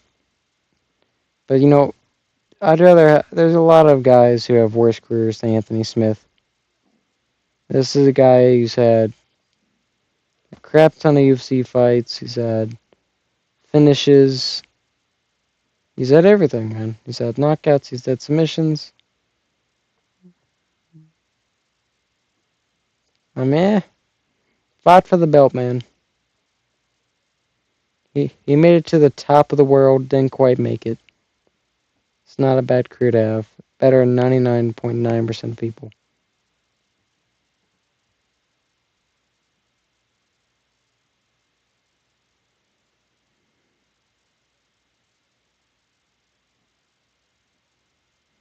But this Shang Xing Dang Dang Ding Dong guy, I do think we'll get the first round finish on my guy. I hope. I hope he doesn't. I want to see Anthony Smith KO him. But if we're being honest, this guy probably will finish Anthony Smith in the first round.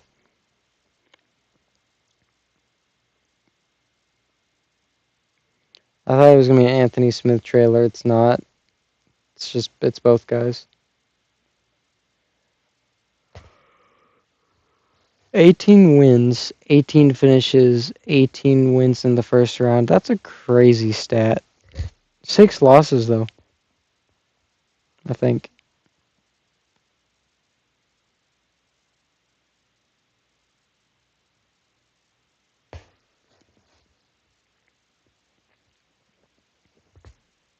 Imagine if Anthony Smith just comes out and just like starches him in 3 punches. Just Riley Lawler's him.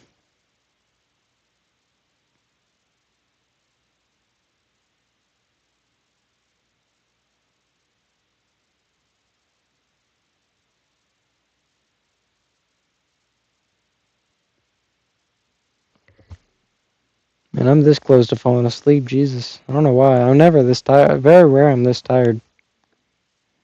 Especially when I'm not like actually just laying in bed. I may legit fall asleep. That'd be awkward. I'm afraid of what I'd say in my dreams. Bad stuff, probably. Probably go to jail. That time when I was 4 years old, I stole a lollipop. I did do that when I was 4 years old. Terrible times. I was a stone cold drug addict slash thief. I was both.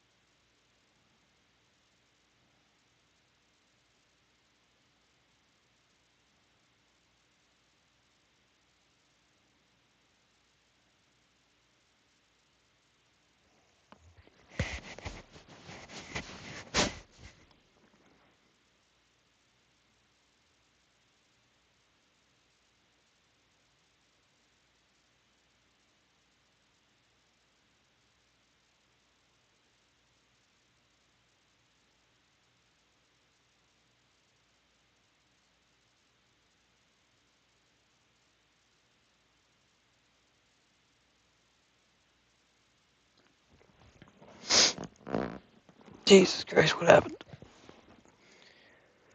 How long has it been? Oh my god.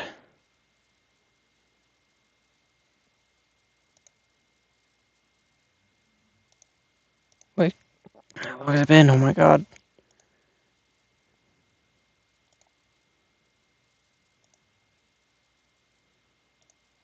Wait. Whoa, what happened? Did I fall asleep? Whoa. Oh my god, I fell asleep, dude. Anthony Smith got knocked out in the first round.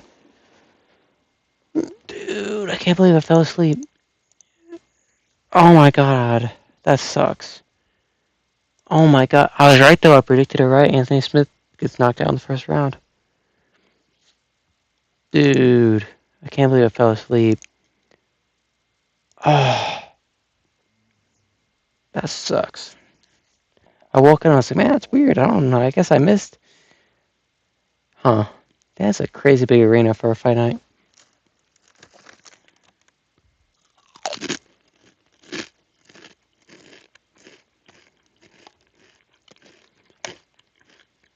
Man, what a thing to wake up to.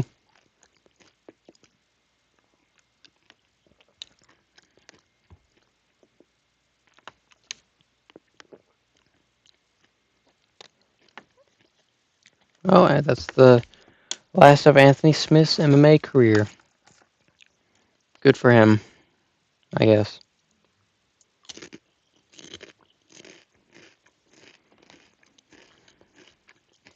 Alright. I'm rejuvenated now. I've had like 10 minutes of sleep. We're good. I'm in a desk chair. I woke up my head. I'm just like, huh.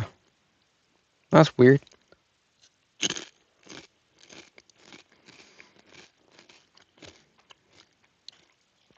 Man, it's chips. I got some chips now. And that's just so good.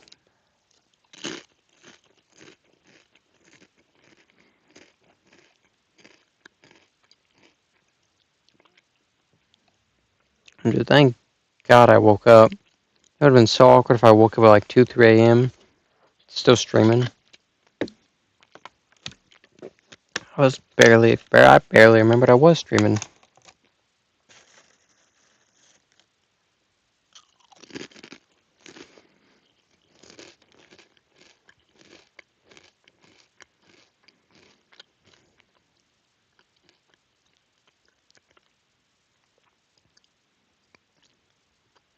Now, if I had to wager a guess, I think Ian Garry can get this done via decision.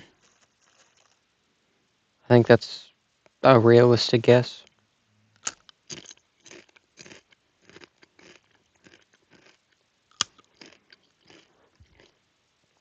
Very curious to see the grappling of Carlos Prates.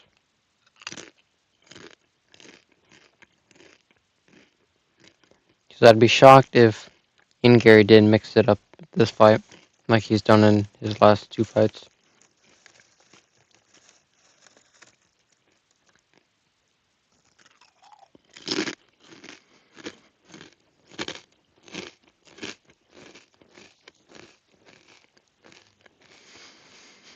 God, this is a long commercial break.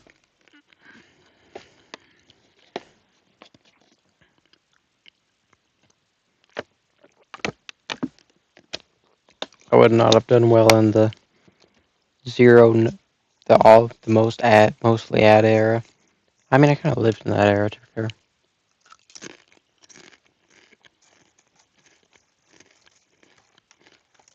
I feel like YouTube doesn't have as many ads as it used to.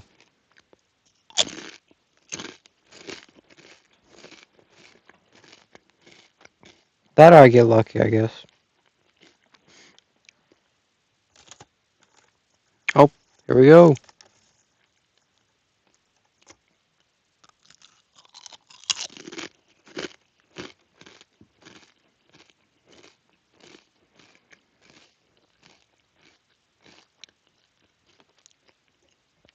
Dang, they showing a barbecue joint, and they look fire.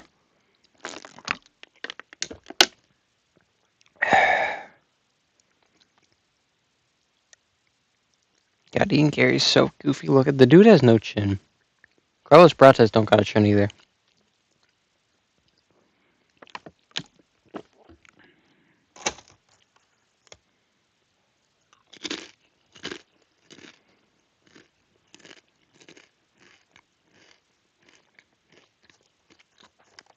I gotta stop eating these chips. I'm sure I'm just like crunching into the mic.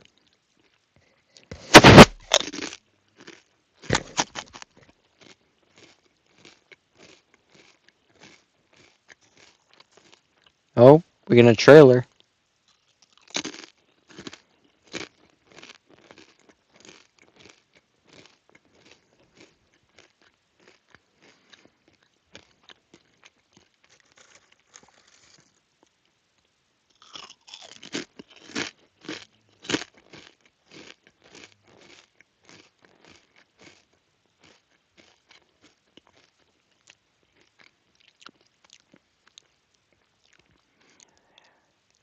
Like he's saying in the ad, if there's one thing I give Ian Gary credit for is the dude will take the dangerous fights. Like he did not need to take this fight. This is not a good fight for him in a lot of ways, but he took it. It's a high risk, low reward.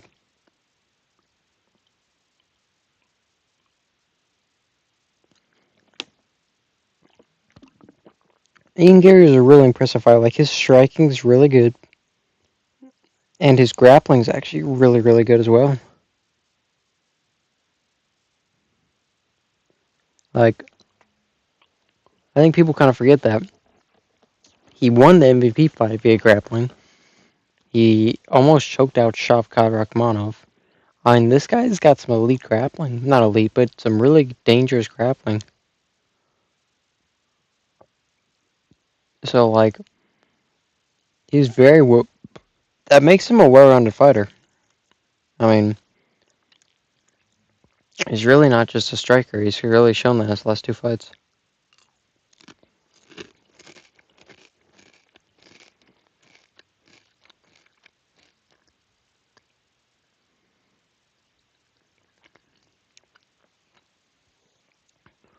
I don't think Carlos Prates is as good as Gene Silva. When I look at them fight, I feel like Carlos Prates is the least impressive of the fighting nerds. Maybe I'm wrong, though. We'll see.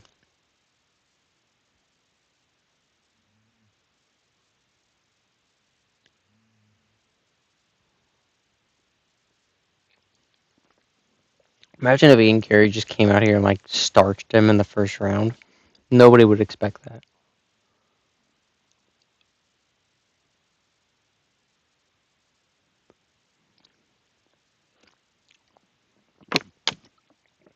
Yeah, I love how you can tell when they run out of UFC highlights.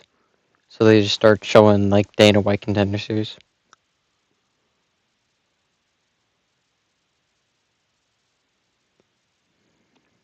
Yeah, see, they're replaying the same highlights for Carlos Prates. Like, even Gary's had, like, one UFC knockout. He doesn't have a whole lot of highlights either. He's had, like, one or two UFC knockouts, I think.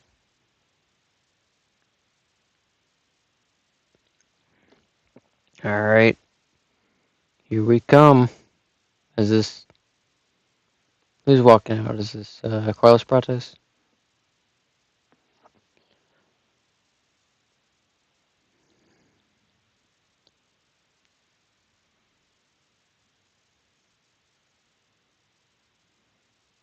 Yep, Carlos Prates. We're in for a long 25 minutes, boys. Probably not. I hope not. I'd like to go to bed. Can't believe I fell asleep still. That's shocking to me. That's like a very... I honestly can't believe I did that. I don't understand why I'm so tired. I didn't have a long day. So... Doesn't feel like I should be this tired, but...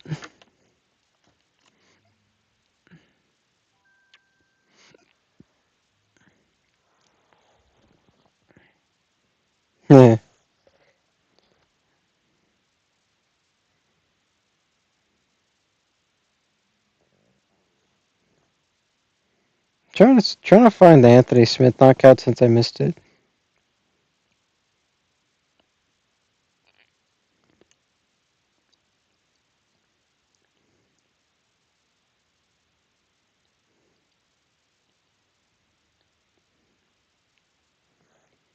Uh,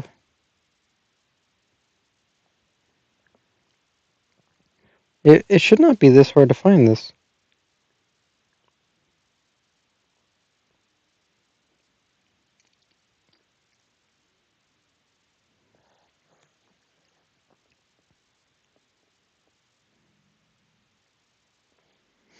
Come on, let me get Jesus. Let me get footage of Anthony Smith getting knocked out. I have found footage of Anthony Smith flipping off some dude in the crowd and yelling at him, but I have not found footage of him getting knocked out. What are we doing?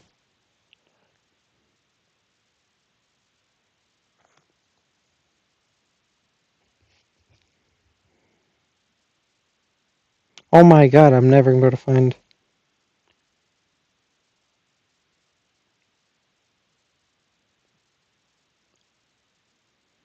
Yeah, oh, he got finished pretty bad. Okay. That was not good.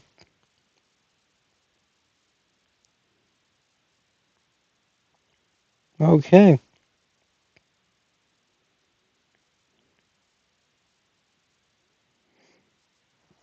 Yeah, Anthony Smith did about how I expect him to do, to be honest. All right, here comes Ian Machado Garry walking to the octagon. I forget sometimes that I'm doing a watch party and not a like watch along. Like when it's not a guarantee that if somebody was watching this, they would know what's going on happening on screen. Ugh. All right, I'll be right back. I'm gonna go splash myself water. Not really, but probably should do that, to be honest. I just gotta pee again already.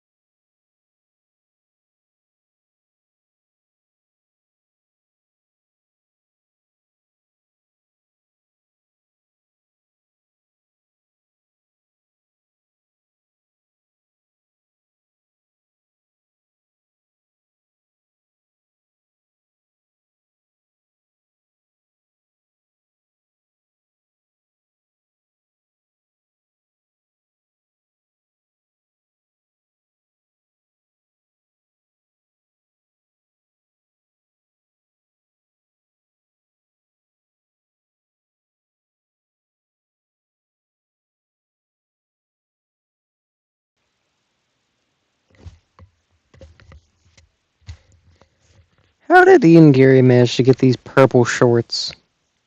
How? How?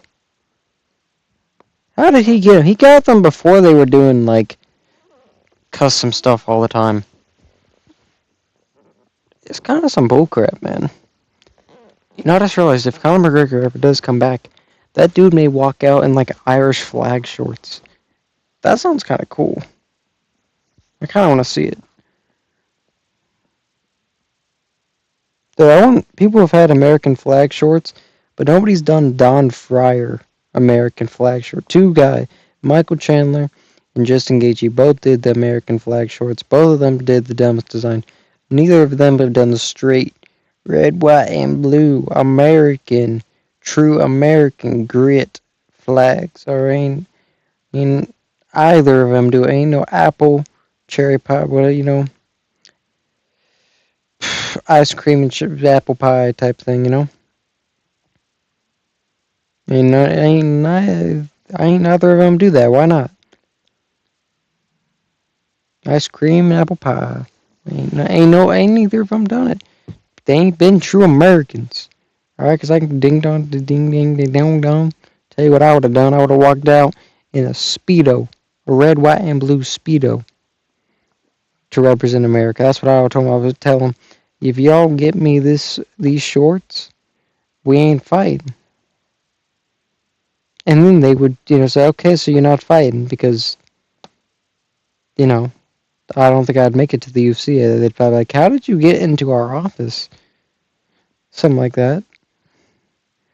They'd be like, there's a crack. They'd be calling the police like, yeah, we got a crack in here to make a red, white, and blue Speedo. All right, Bruce Buffer announcing it.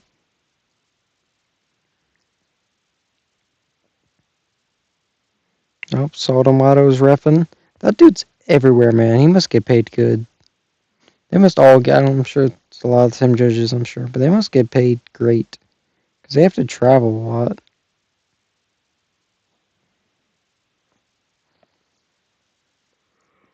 Like most jobs, we have to travel like that. You just get paid really, really well, just because of the strain of that.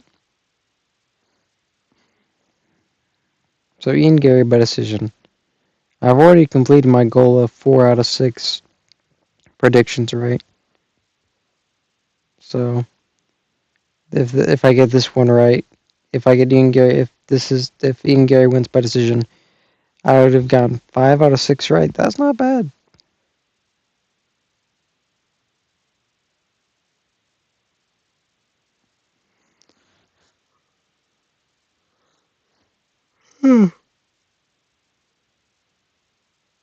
Why isn't Carlos Prates wearing his custom Marlboro shorts? These Brazilians, dude, are crazy, man. We've had I feel like we've had a resurgence of the Brazilian guy of Brazil in the UFC. I feel like we had kind of a slump for a bit, and we're back to Brazilians.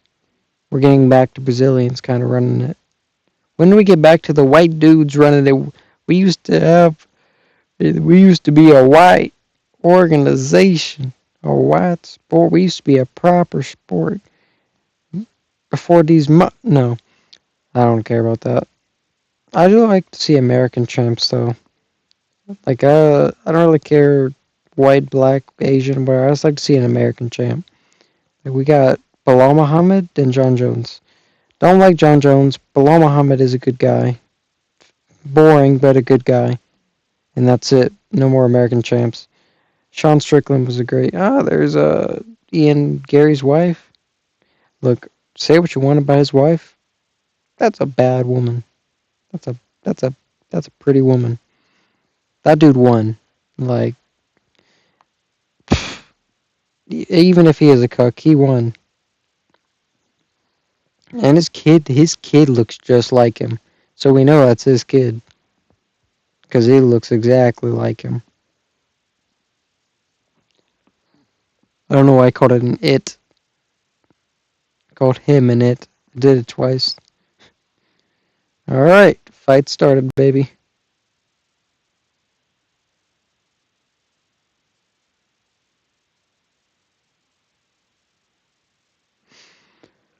All right, 20 seconds in. Not a single punch landed. It's crazy, like the difference. 20 seconds in to one fight may feel like an eternity because stuff's already happening. In another fight, it may feel like just a blink of an eye, like this fight, because nothing's really happened.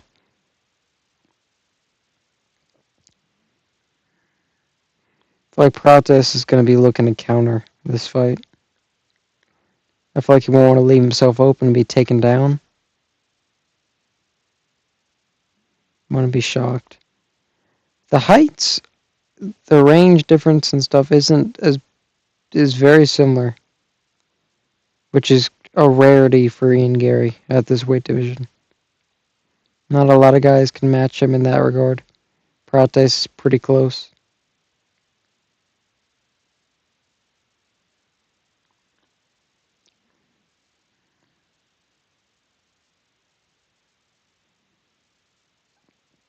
I'm I'm very curious to see if Ian Garry decides to not go go to the grappling this fight.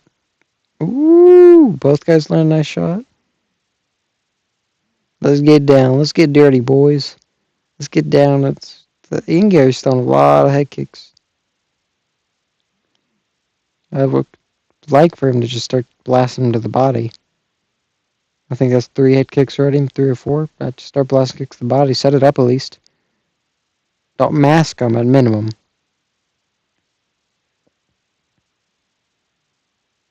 So you just do another one.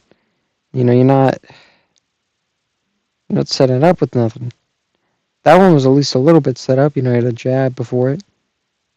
Oh, Ian Garry going for the takedown. Prates stuffed it quickly. Nothing wrong with Ian Garry going for the takedown, though. Not a bad decision to make. Didn't put him at any risk. Just something to try. Try to implement his game in different ways. Nothing wrong with that.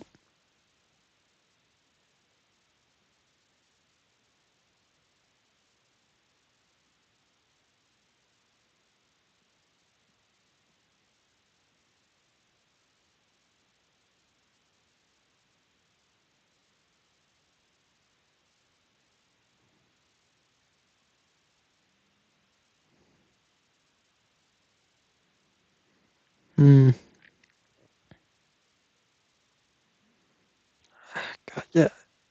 Prates is starting to walk forward now. Oh, never mind. Ian Garry's already regained control. Back to the center. He is once again throwing that head kick. I'd really like to see him, like I said, I'd like to see him mask it. I think it may be also him trying to set up takedowns with the head kick. Being able to feint, something like that. And then blast the double. Because your hands go up to block the head kick. Generally both.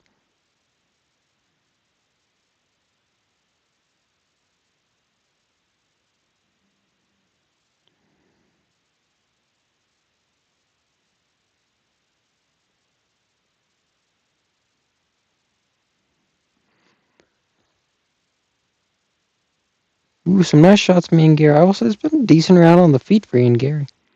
It's not doing bad. 2 months ago. Ooh. Nice little clinch. Front kick attempt.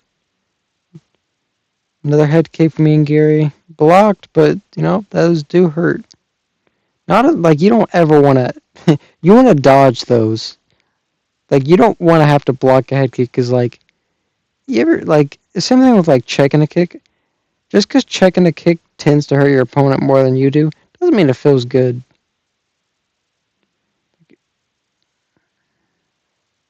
Ooh. Carlos Prates trying to get him against the cage. Oh, nice trip from Ian Garry. Was it a slip? Oof. Yeah. A little bit of action at the end. Either it was a trip or a slip. Ian Garry landed a little bit of ground and pound. Nothing crazy. Good first round. I'd probably score that for Ian Garry though. If I had to pick. And it was close.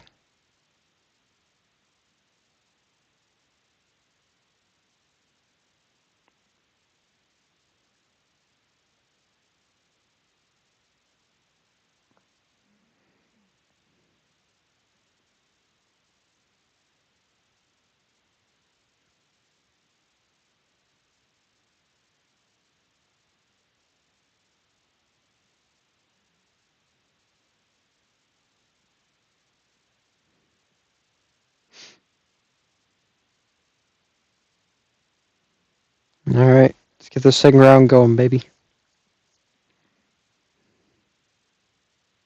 Man, Ian Garry just showed some a replay of the ground and pound.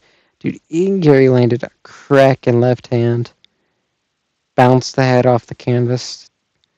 Those shots are brutal, man. Those are the shots that made me go, oh. Like when I see them, just go, ugh. because it's more about the bouncing off the canvas than it is, them just getting hit with a hard shot.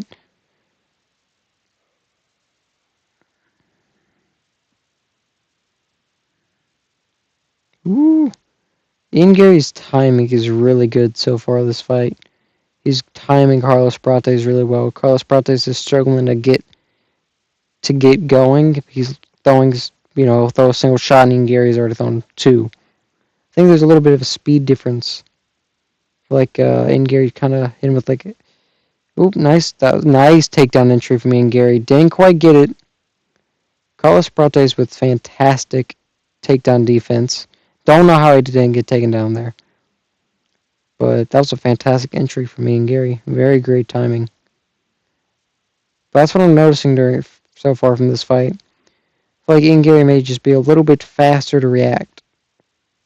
I don't think it's a physical thing, just a little bit faster to just, he's just popping out that jab. Like, Carlos Prates goes to do something, and Gary's already reacting to it. He's already saw it coming a little bit, which isn't allowing Carlos Prates, to work. He's not able to start measuring his distance. He's not able to, find that big shot.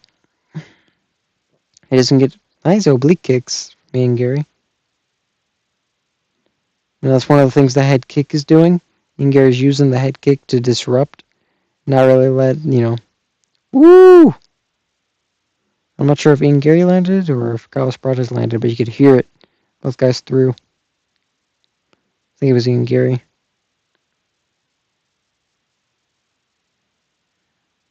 Another high kick from Ian Garry. That one was quick. That one was close in the pocket, too. Carlos Prates is probably about to unload here. You're going to try at least. Nope. Yeah. Carlos Prates, I think, is starting to get a little frustrated. Ooh, nice slip from Ian Garry. Almost landed a beautiful counter.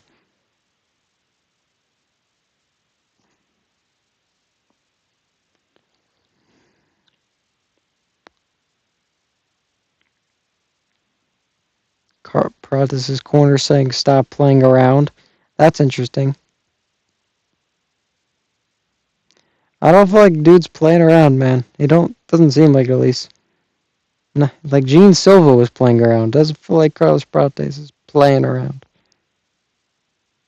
Supposedly, according to the stats, this is a better round for Prates.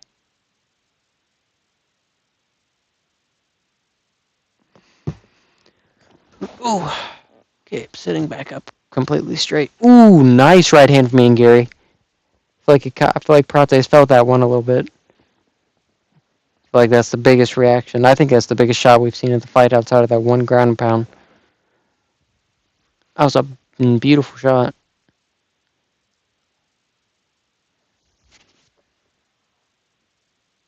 Oh. Ian Garry's back was against the cage a little bit. Another takedown attempt from Ian Garry. This one was reversed by Prates. But they're right back up to the feet. Prates is doing very good with the takedown defense.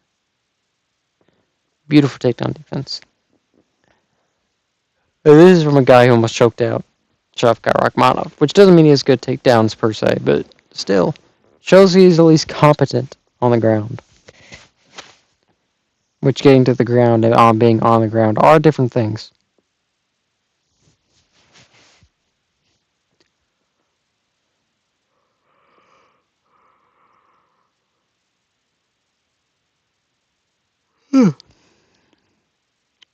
Ooh, Ian Garry landed a huge head kick. Prates just ate it, though.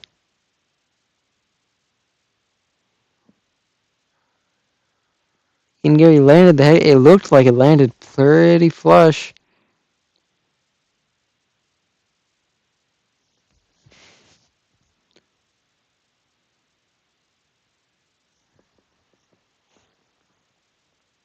Ian Garry with a spinning wheel kick. Carlos Prates saw it coming, though. Just stepped right out the way. I did try to do some kind of spinning sweep to the feet. I've never seen that before from Ian Garry. From anybody. I've never seen that from anybody.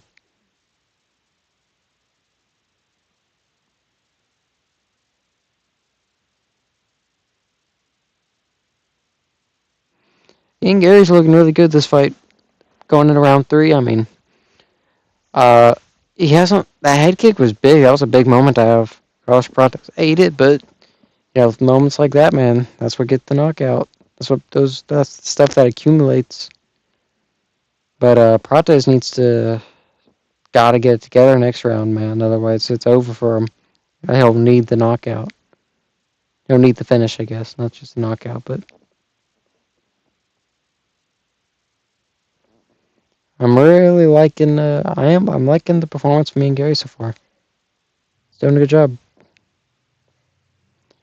I don't think it'd be. I feel like he's let himself. I feel like he's getting a little bit too comfortable. Let himself get back against the cage. Just a little bit too much. He's doing good, but generally. Oh, what was that? There was some trash talk or something. Start the round.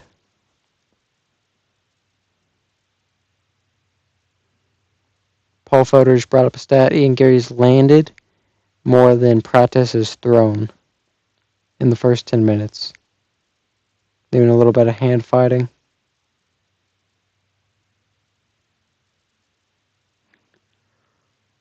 Ian Garry's been very much so on the front foot this fight too, as well. This is probably the most aggressive Ian Garry we've seen in a while, because he adopted a very point fighting style a while ago. And it seems like he really does kind of want to finish this fight, just based off the way he's fighting compared to his other performances. Even the Shavkat fight, I feel like he wasn't this aggressive. Ooh, nice 1-2 head kick for me and Garry.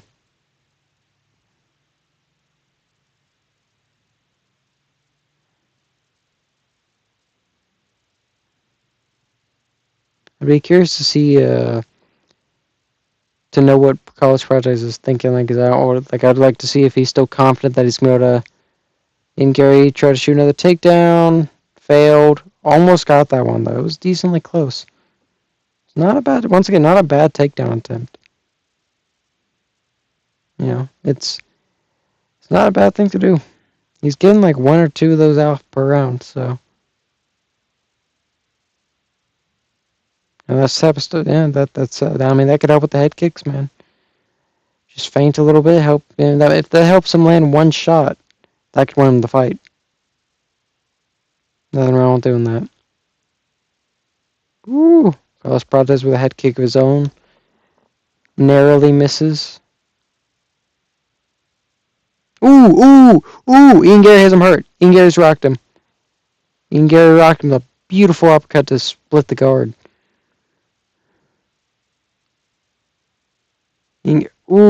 Prates is hurt. Prates is hurt. You can tell he's kind of shaking his head. He's trying to come forward, but he's hurt.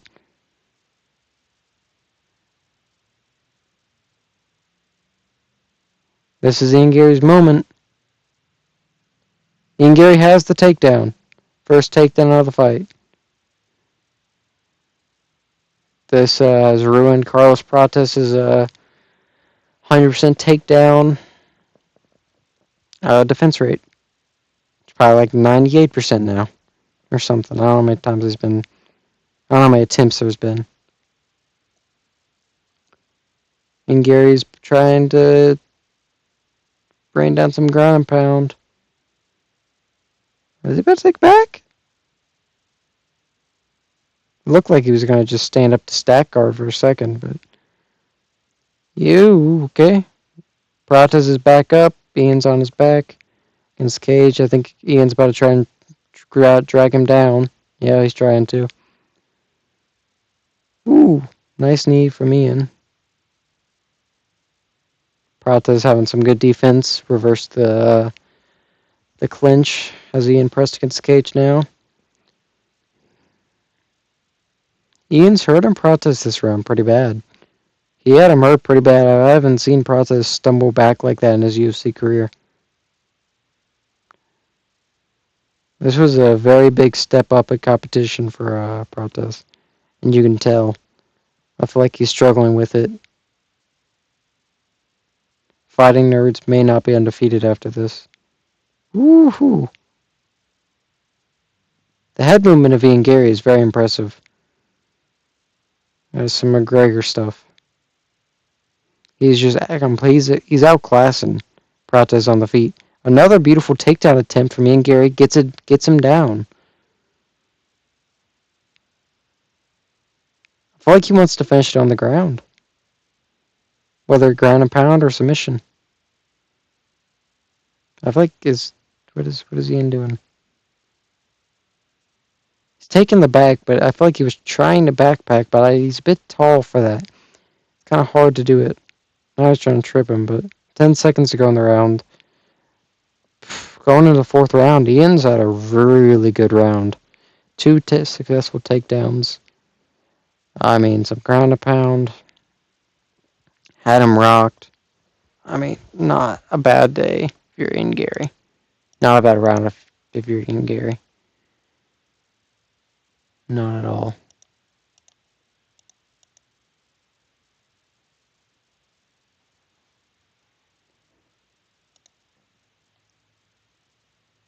Ian Gary's corner is pleasantly surprised by how easy this fight might be so far. We actually saw less kicks, I'd say, from Ian Garry that round. I feel like he was throwing a little bit more of the hands, and the hands were looking crisp, man. He was putting them paws on Prates, Let me see. Yeah, it was an uppercut. It was a left uppercut that split the guard. I was right. It was just right under the guard. He was throwing a little bit of way, and just bing! That one uppercut got under. Split the guard. It's one of those shots that he didn't see. And 2 really clean takedowns for Ian Garry in this round. Mixing the martial arts beautifully. The takedowns probably didn't do anything. Maybe actually hindered him in his performance in some ways. But it's just another thing to help him win the decision. Because it's 30-27, or 30-27 going on right now. Prates will not win the decision unless some crazy stuff happens. But he's being dominated so far. And it seems like he might get finished. Because Prates hasn't had a single moment where we've been like, oh, Ian's in trouble. Not a single. Not even close. Not a single time like, oh, he landed a nice shot. Ian can't keep taking those. Not a single one of those. Nothing. And he's shelling up really. You could tell when Ian comes forward, he just starts shelling up. Like he really doesn't want to get hit.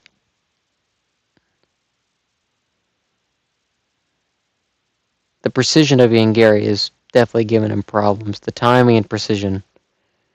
Like McGregor once said, timing beats speed, precision beats power. I mean, that's holding really true in this fight, I feel like. We'd all say Prates has the power advantage. I want to say he's any slower, particularly. Maybe a little bit.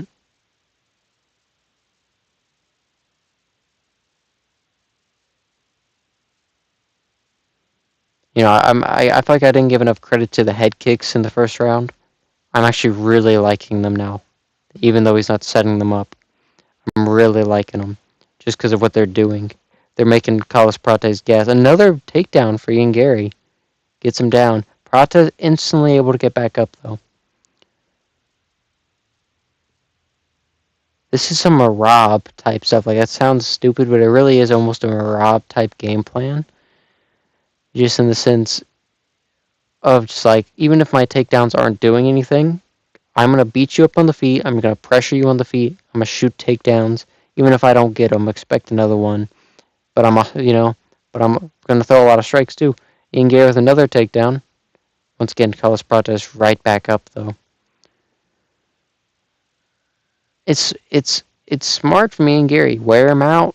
Wear him out on the feet. Wear him out on the ground. Make him work. Make him think.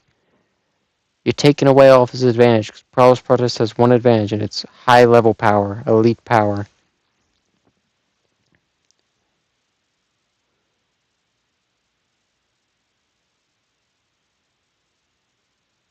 And this is also just building to a dominant decision win. This is building to a 50-45 decision win, just because Ian Garry he's he's able to pull him to the ground. He's doing that. He's ragdolling him.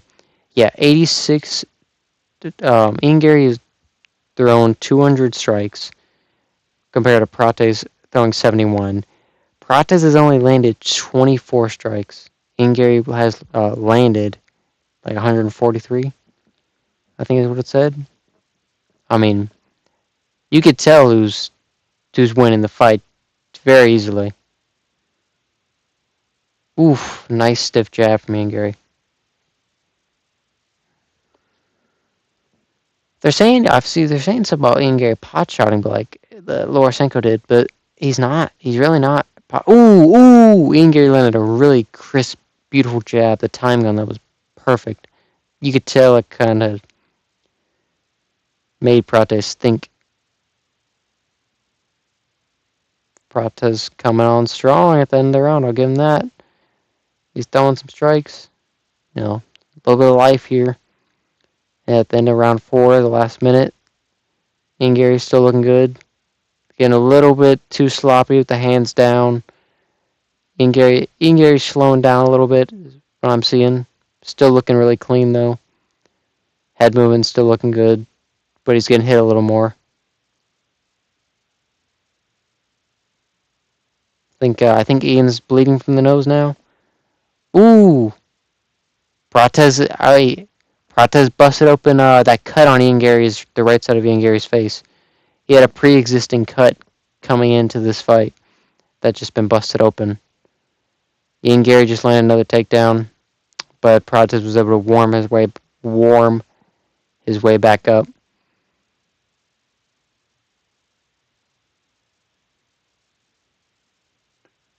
A lot of blood on Ian Garry this round. Oh, they blew the horn early to stop the round. That was weird. It said 5 seconds to go on the clock, but they blew the horn to signal the end of the round early. I don't think it matters, but yeah, okay, so there's a cut on the bridge of Ian Garry's nose. Don't look super deep. I wouldn't even be shocked if it didn't get reopened. He isn't getting hit all that much, but not bad. A little bit of blood from the inside. I think Carlos Prado landed some decent shots, but Ian Garry still won round 4 pretty handedly, in my opinion. Uh, Closer round by far than the rest, but still Ian Garry's round pretty definitively, I'd say.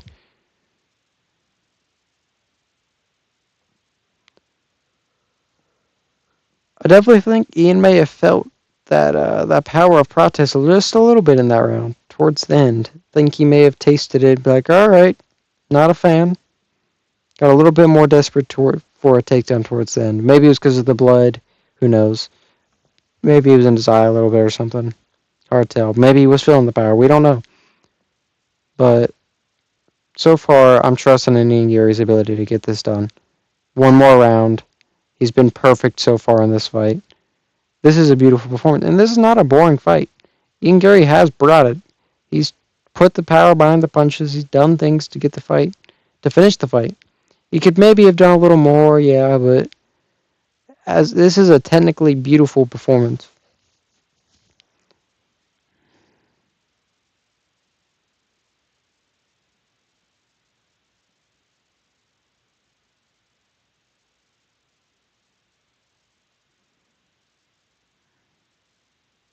Ooh. Ooh. Prates just landed a big knee, I think. I'm pretty sure it landed. It looked like it landed. And Garry kind of ducked to the right really deep. Prates kind of timed the knee. But a nice right from Ian Garry, though.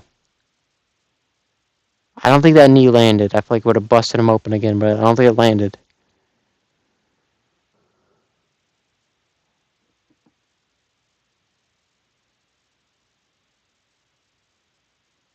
Oh, and Garry grabbing a single leg.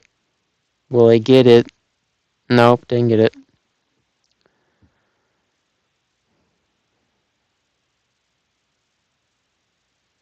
Prates needs to land some big shots, man. Otherwise, whether he wins this round or not, doesn't matter. He doesn't need to win the round. He's doing good. Prates is coming forward. He's throwing the big shots.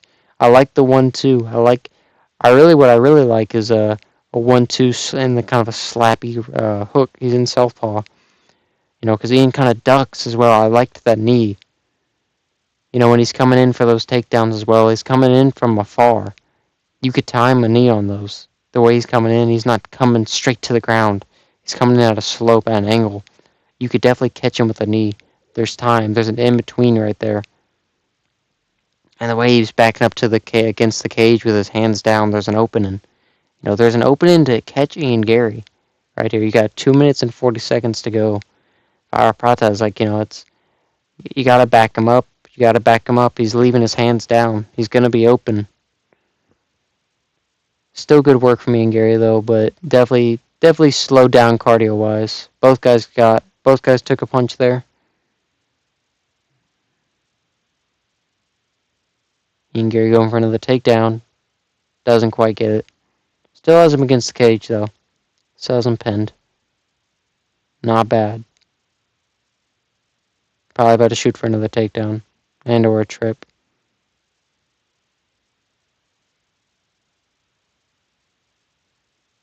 Yep. Got a single leg. Don't think about to drag him down, but we'll see. Yeah, already lost it.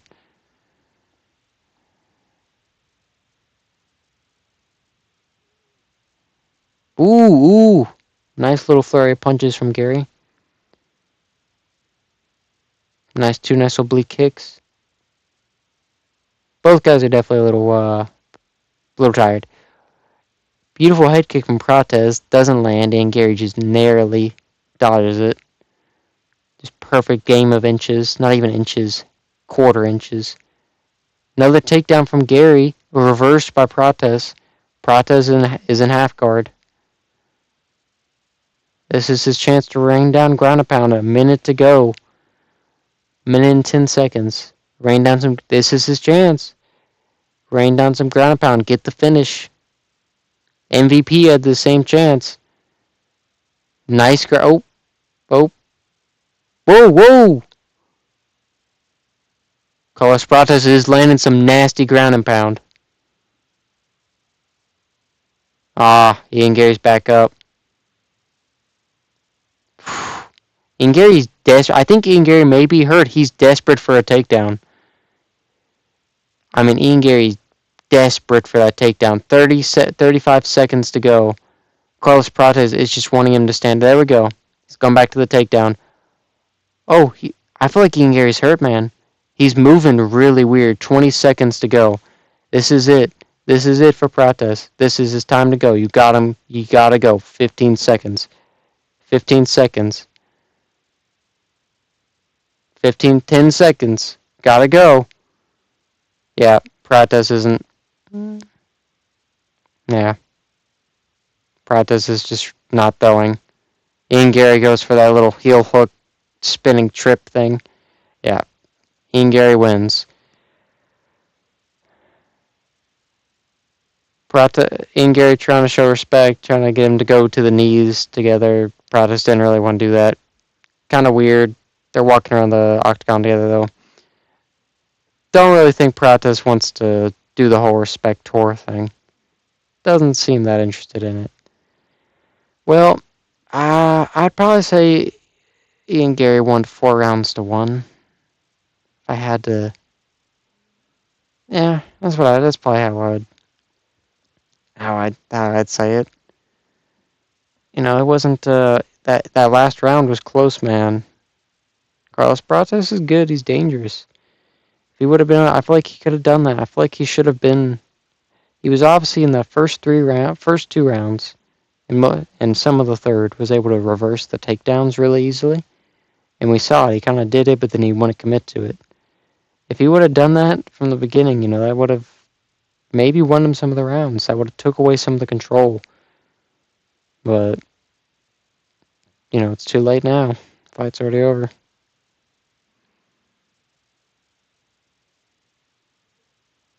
Now we just gotta wait for the official decision.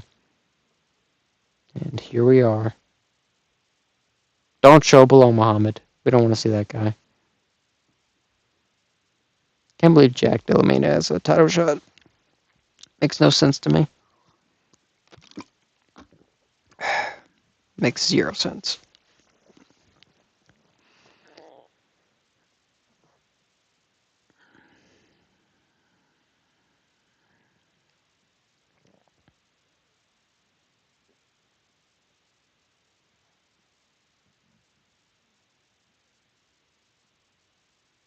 I really like to see how hurt to know that somebody asking Garry if he was hurt because he looked really hurt in that last like 30 seconds of the round.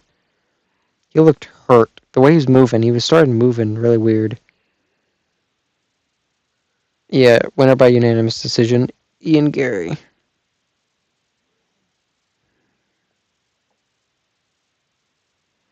What's next for Ian Garry, man? He thinks he deserves a title shot. I'm sure he'll say in this post-fight interview. Beautiful performance. I can't say, like, I'm not disappointed by Ian Garry.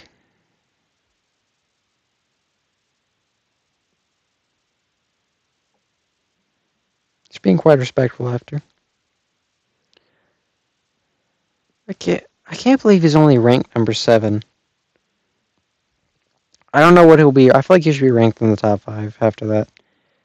I know he didn't beat a top 5 opponent, but there's people in the top 5 I'd, feel like we can boot.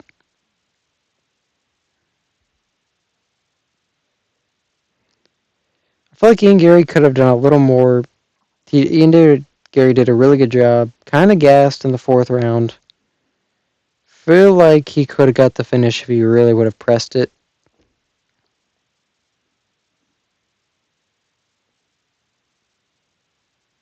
But Ian Garry did a really good job.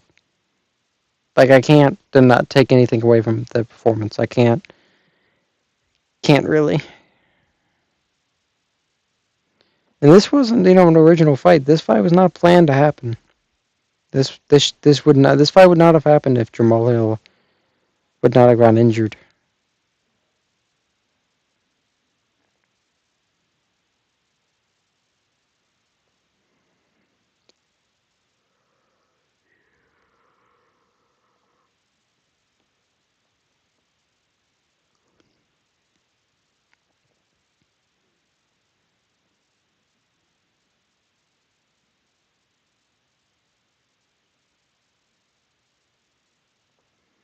Ian Garry is requesting, or is saying he is, or is requesting to be the backup fighter for Bilal Muhammad versus Jack Delamain.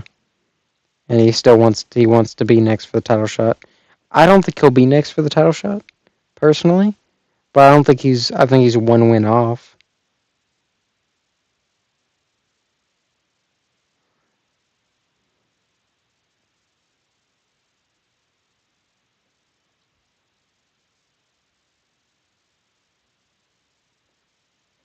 I think Paul Felder may have called him out for like not finishing or something, because he's going, I haven't tried.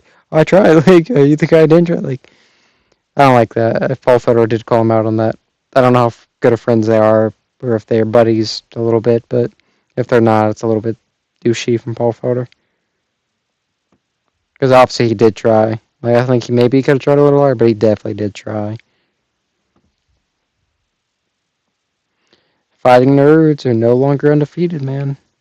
Kind of ruined the hype. Of course, it was Ian Garry. Ian the Cuck. The Cuck has defeated the Fighting Nerds. Yeah, it's depressing a little bit, isn't it? Yeah, just a little bit. Well, alright. Like I said, I've already fell asleep once on the stream, so I'm going to go ahead and end the stream here before I fall asleep again. That'd be awkward. But, yeah, it's a good stream. Good stream. Enjoyed it. Good fight. It was a good fight night card. Not bad. For an ESPN Plus card, not a pay-per-view, I'm completely satisfied with this card. This is better than the next fight night. I mean, I don't know if the fights will be better. Like, the fights on the next one could be amazing. But name value-wise and, like, what you'd expect for a main card, better. So, but, yeah. Good night of fights. Stream ending. I don't have a screen for that yet. I I don't have. I only got these two. Boom, stream ending screen. Imagine it in your head.